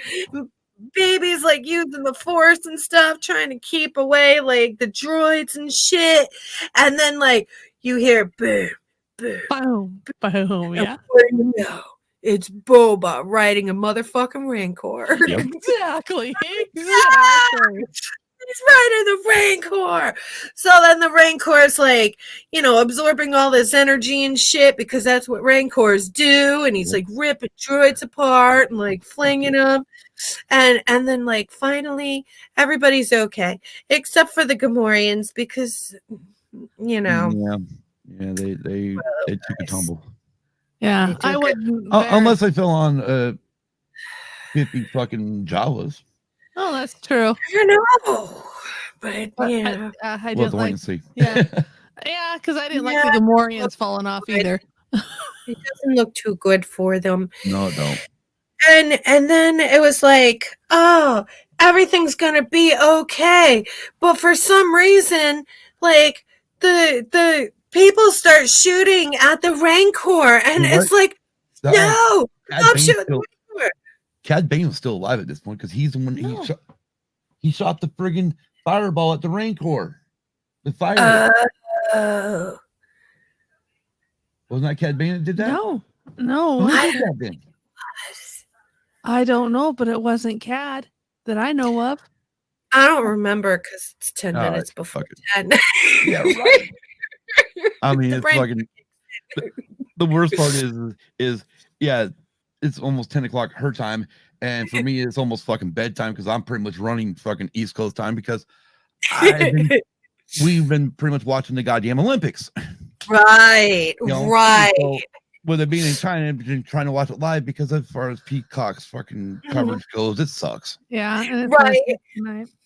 Right. Anyways, So everybody's shooting at the Rancor, and like they're like, "Stop shooting at the Rancor! You're freaking them out!" And then we have like this cool King Kong moment where he's like climbing up a citadel, like, rah! And Grogu comes, and Grogu's like, "Calm down, little Rancor," and Rancor's like, "Okay," and then they curl up and snuggle together, and they take a little. I like that part. One thing I loved about with Grogu though is you can definitely see he's getting better at using the Force and not dropping so quick. Yes. He's definitely not learning, but he's remembering. I mean, like Luke said, he's remembering. Yes. But yeah, I mean, for me, I didn't need the King Kong scene. I mean, for me, as soon as it happened, I'm like King Kong. Yeah. Exactly. Right. And we all knew that part. I automatically expected him to have a gal, have a girl. Yeah. I mean, actually, I was kind of hoping that moment was fucking Garza's flip. Well, Big Swede pointed out in the Sidebar Cantina that if you watch post credits at the artwork that they always show at the end, there is an art scene of the Rancor climbing that citadel holding like a female Twi'lek or something. Right. Yeah, I did see that today. Yeah. So there's that chick. Yeah. I totally didn't pick up on that until Sweet pointed it out. No, I didn't see it in the post credit. I didn't see it in the post credits, but yeah, until Sweet posted it. Now I'm like, oh, okay. So now you're seeing Boba just after the war with the mods and Freetown and Chrysanthemum, and he's like, Chrysanthemum, I owe you a nap in my bacta tank. But they pan to this scene and you're like, well, if Chrysanthemum's not in the bacta tank, who's in the bacta tank? But it's like, okay, whatever.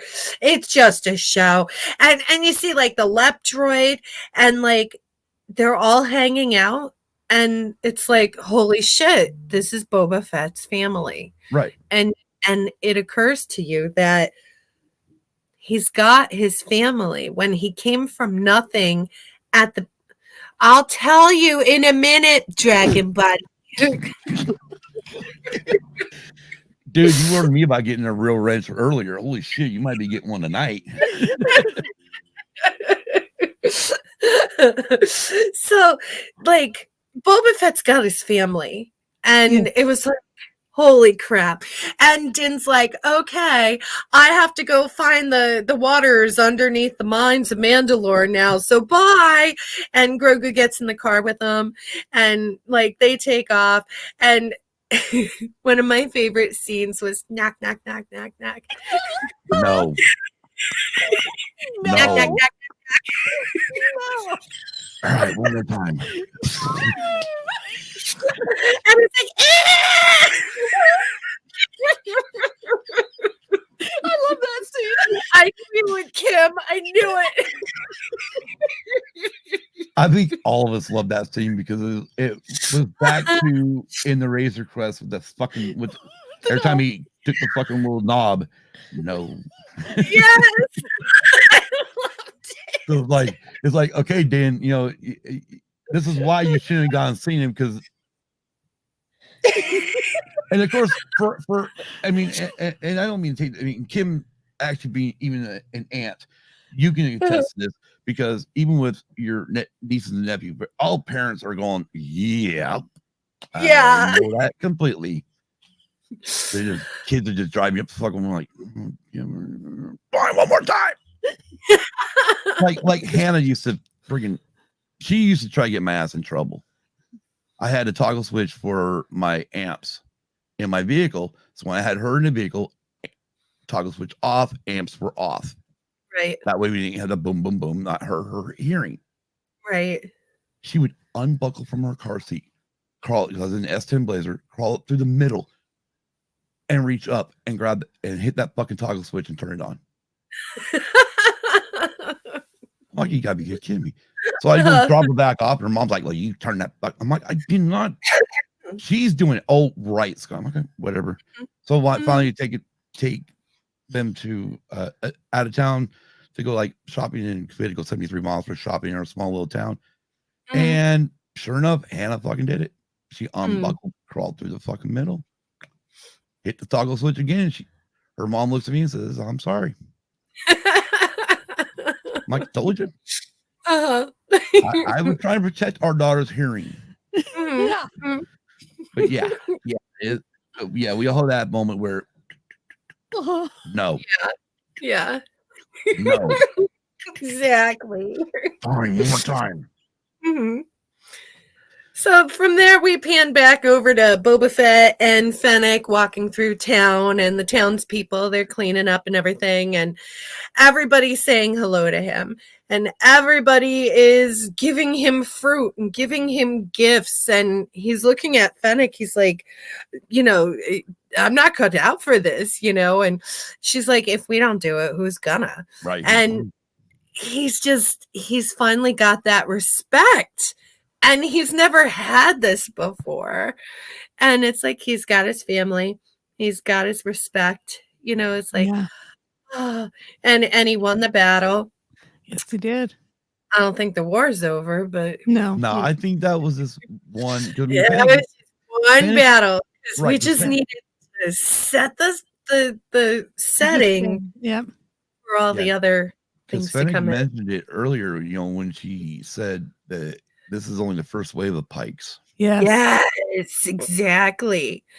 And the other syndicates, we still have to see the other syndicates. We didn't get them yet. No. Right. So this is just,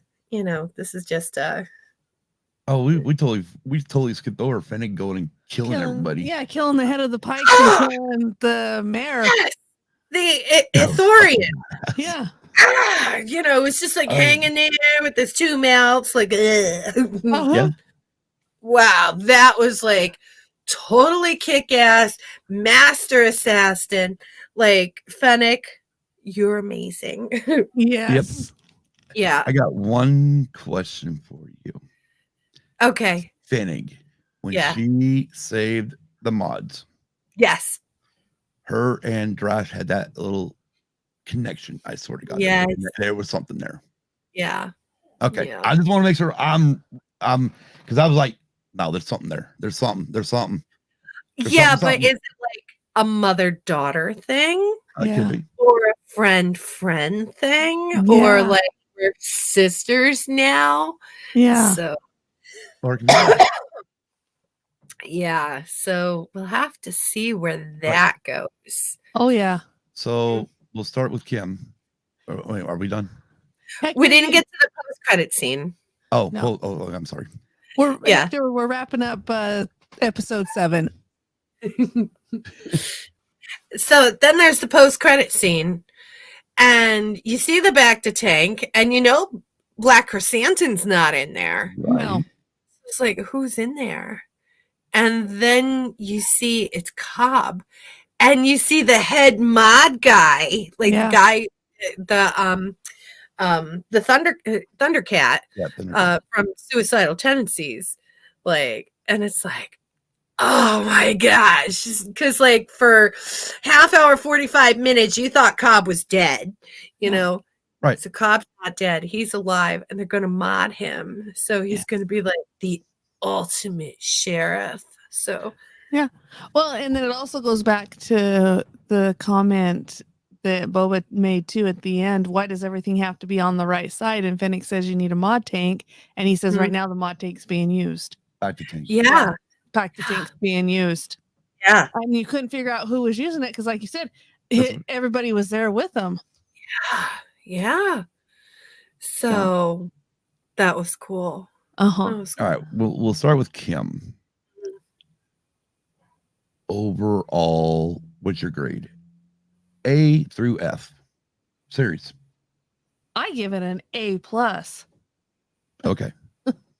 Kelly. I give it an A because they didn't say the thing. Yes. Well, unfortunately, I will have to go lower. Okay. And I'm going to go down to a B-. And the only reason why I'm going to go B-, this is the Book of Boba Fett. We had almost 2 full episodes of nothing but season 2.5 of Mandalorian. While I enjoyed those episodes, don't get me wrong, the problem is this was really should have been more about Boba, and we could have they could have done some extra little teases, and maybe even given us like halfway, like July, August. Right. Here's 2 free episodes of before season 3 of Mandalorian. Yeah, Hector gives us a B+. Hector gives it a B+. Yeah. But yeah, I can respect that, Scott. I know a lot of people feel the same way you do. I know there are some people who really didn't enjoy this at all, that didn't feel any connections. So I totally get it. My biggest thing, I enjoyed the ride. Oh, I did too. I mean, don't get me wrong, I did too. I enjoyed the ride, and that is one thing with me is you know, because I kept reminding myself, remember, we're getting pieces of a bigger picture. Yes, and you kept saying it, you know, along in a lot of the chats when I was in the chats with a lot of our shows. You have to step back and look at the bigger picture here. Just wait until it's done, and that's what, you know, I even told Kim, I said, give this an opportunity, and we're gonna look back on this, and we're gonna watch 1 through 7 and go, holy fuck. Yeah. Well, you know, compared to what I mean, when she got done with 1, I wasn't even wanting to watch it again.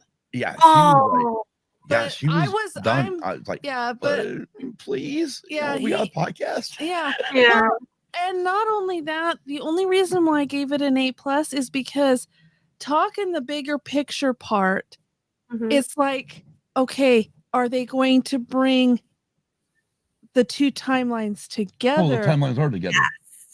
In like, you know, are they going to say, okay, season 3 of The Mandalorian, now is The Mandalorian going to need Boba's help like Boba needed the Mandalorian's help? Exactly. Yeah. Because, you know, we're going to have Ahsoka.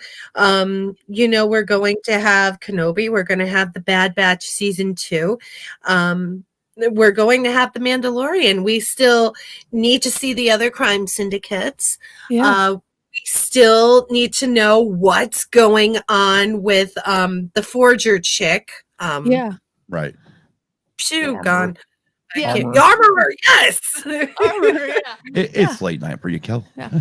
Well, yeah. And then it's like, okay, so And what's going on with the dark saber and Right. Mandalore Yeah. and is Mando going to learn how to control that? Is he going to fight someone to lose it? You know? I think there would be a fucking mutiny, DB, if that happened. But yeah, there's so many, and Favreau and Filoni weave everything together. It's like all of these threads are now Right. starting to connect. Like everything is webbed together, Yeah. and I think they're brilliant for doing that. Yeah. Oh, I do too. And that's the other thing too. And it's like Hector said. I mean, I'll go back to his real quick. You know, he understands, but this is all part of the same universe.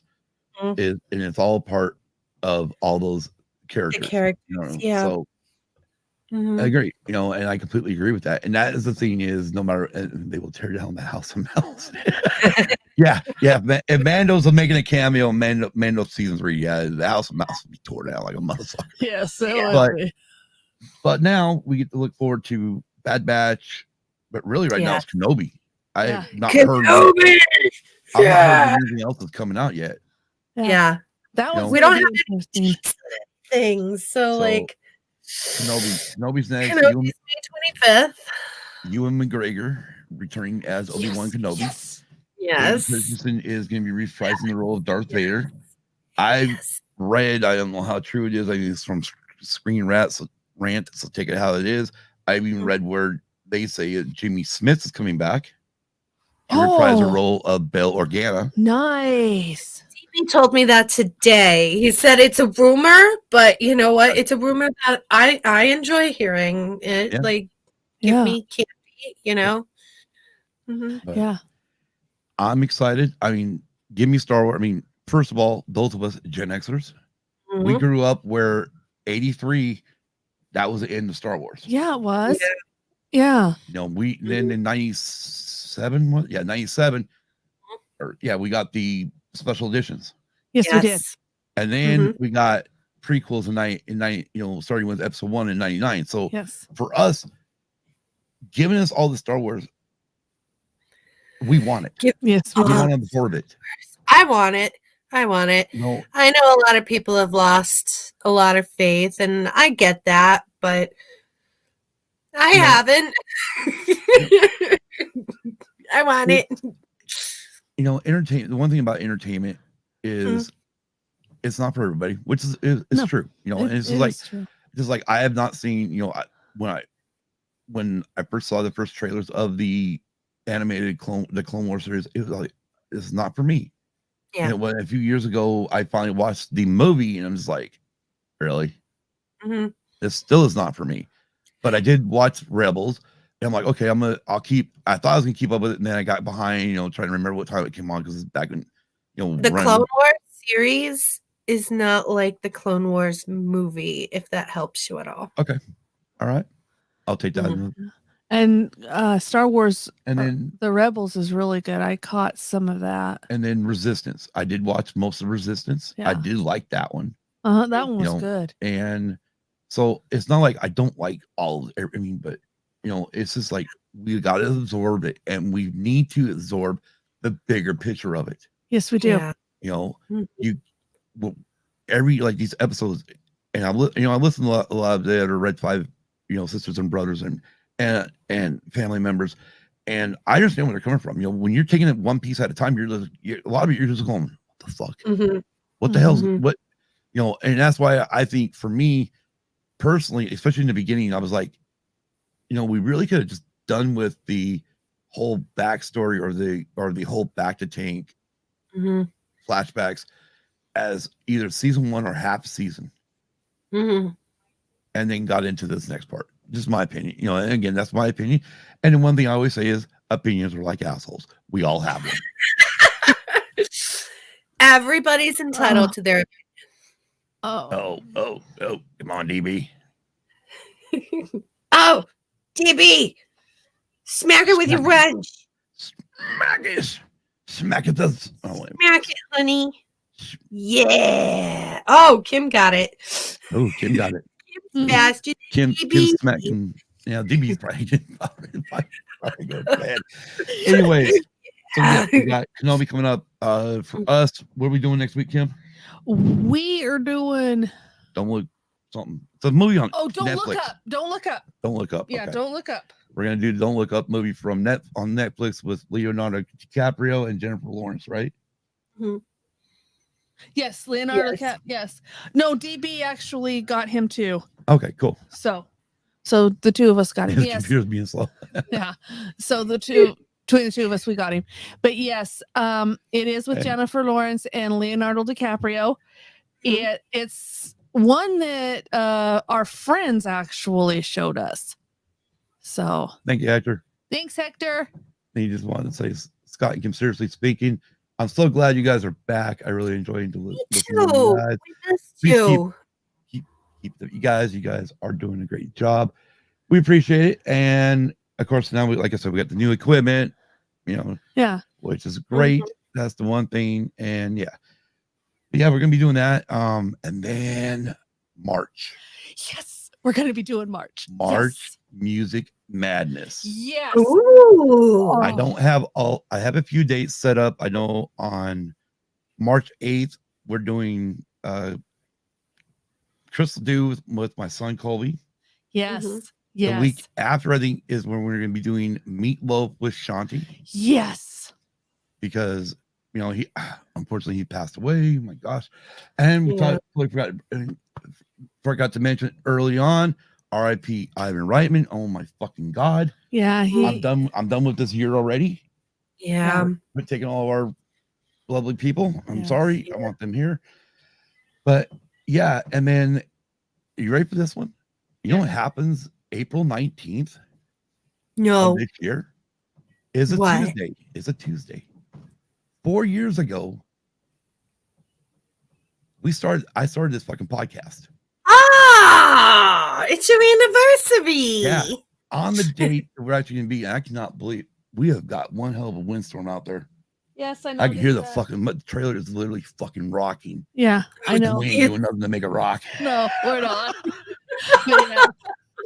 Holy shit. I mean, I know they said there's supposed to be wind, so I'm sure it's nice. Haboob out there. I'm sure of it. I always like to emphasize that boob part, I remember the first time I heard that term, I went, what the fuck is that? It's a windstorm. Kelly, Lunyr Grl, thank you for coming on. Where can everyone find you? You can find me on every single social at the Sidebar Cantina has. I do their social media posting. Go to bio.link/the Sidebar Cantina, all one word, and you'll be able to find our Discord, Instagram, Twitter, Facebook, Patreon, merch, everything that you can think of, our Spotify music lists, everything would be there. Nice. And I noticed the bio link. I finally went and signed us up for one. Nice. Did it too. But one of these times we'll have to get together and I'll try to figure out, because I definitely want to do one of those playlist things built by the fans and shit. I think those are a blast. But anyways, DB, 4 years. It's amazing. Yeah. Yes. Amazing. Yes. And then for that episode there, I just want to bring it up real quick for everybody. I'm looking, because of the fact I can actually tie in Bluetooth with my phone. And because we have that voicemail number, I could actually set it up where it will come into my phone. So I'm looking for people who want to call into the show, who want to be on the show. Just let us know, because 4 years, that's fucking crazy. I would never thought we would be doing this for 4 years. Yeah, definitely. Again, Lunyr Grl, thank you so much for coming on. We are so sorry for keeping you up so late. It's okay. It's for Star Wars. Exactly. Hector, thank you for still hanging out in the chat. We do really appreciate it. And I know you boys definitely got to get some sleep and get to work in the morning. Nice one, Hector. Nice one. What? Her number is 1-800 get Hey, you know, she handles everything from not only the Sidebar Cantina, but also the Red 5 Network. I know. And the crazy part is July 23rd, ScarifCon. ScarifCon, July 23rd in Chicago. Yeah, unfortunately, we won't be there. We can't afford it this year. No. Can't afford to make the trip, but we will definitely be there in the spirit. But if Ro does anything where he does even where we can tie into something where we could come on or something, it'd be fucking great. I would love to get on there. That'd be sweet. Yeah, I mean, that's coming up for Red 5. I mean, like I said, you make those awesome fucking ads. Thank you. Well, heck, matter of fact, our new logo. Oh, it's not on there. Oh my God, that's our old logo. Shit, I didn't realize that. Anyways, our new logo, actually, I did from that Carvana app, whatever the hell it's called. Yeah. And I used that for the first time because Hannah was actually telling me that's the one she's been doing her VIP nail stuff off of it. And then when I found it, that's the one I was like meant to ask you. And I use and I use Moldiv, which is another app. So I use a combination of the two of them. Yeah, I've been using that one, and then also I still use PixArt. Yeah. Tom Bronco Fett turned me on to that one. But of course, I'm doing the free version. I'm not paying for anything. It's not gonna bullshit. We don't get paid. I don't make anything to put into anything that I do. Right. So right. Anyways, thank you again for coming on. Thanks for having me. Really appreciate it. We want to thank everybody that hung out for us for over 3 hours. Yes. Yeah. 3 hours and 14 minutes. Longest fucking show ever. Yes. I think. Yay. But why wouldn't it be? It was our first real big attempt, our first real big dive into Star Wars, and what the hell? Exactly. Thank you again for coming on. We appreciate having you.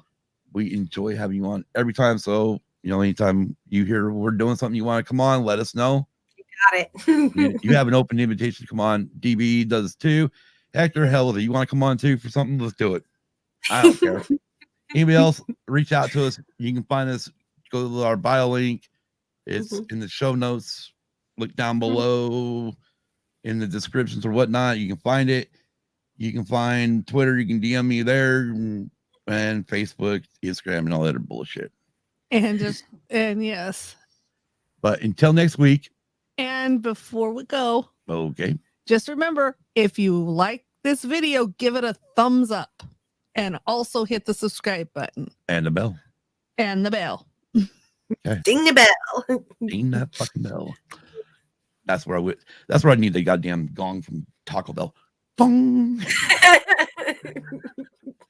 But anyways, until next week, have a great week, a great weekend. Be kind, everyone. Peace. Peace. Peace.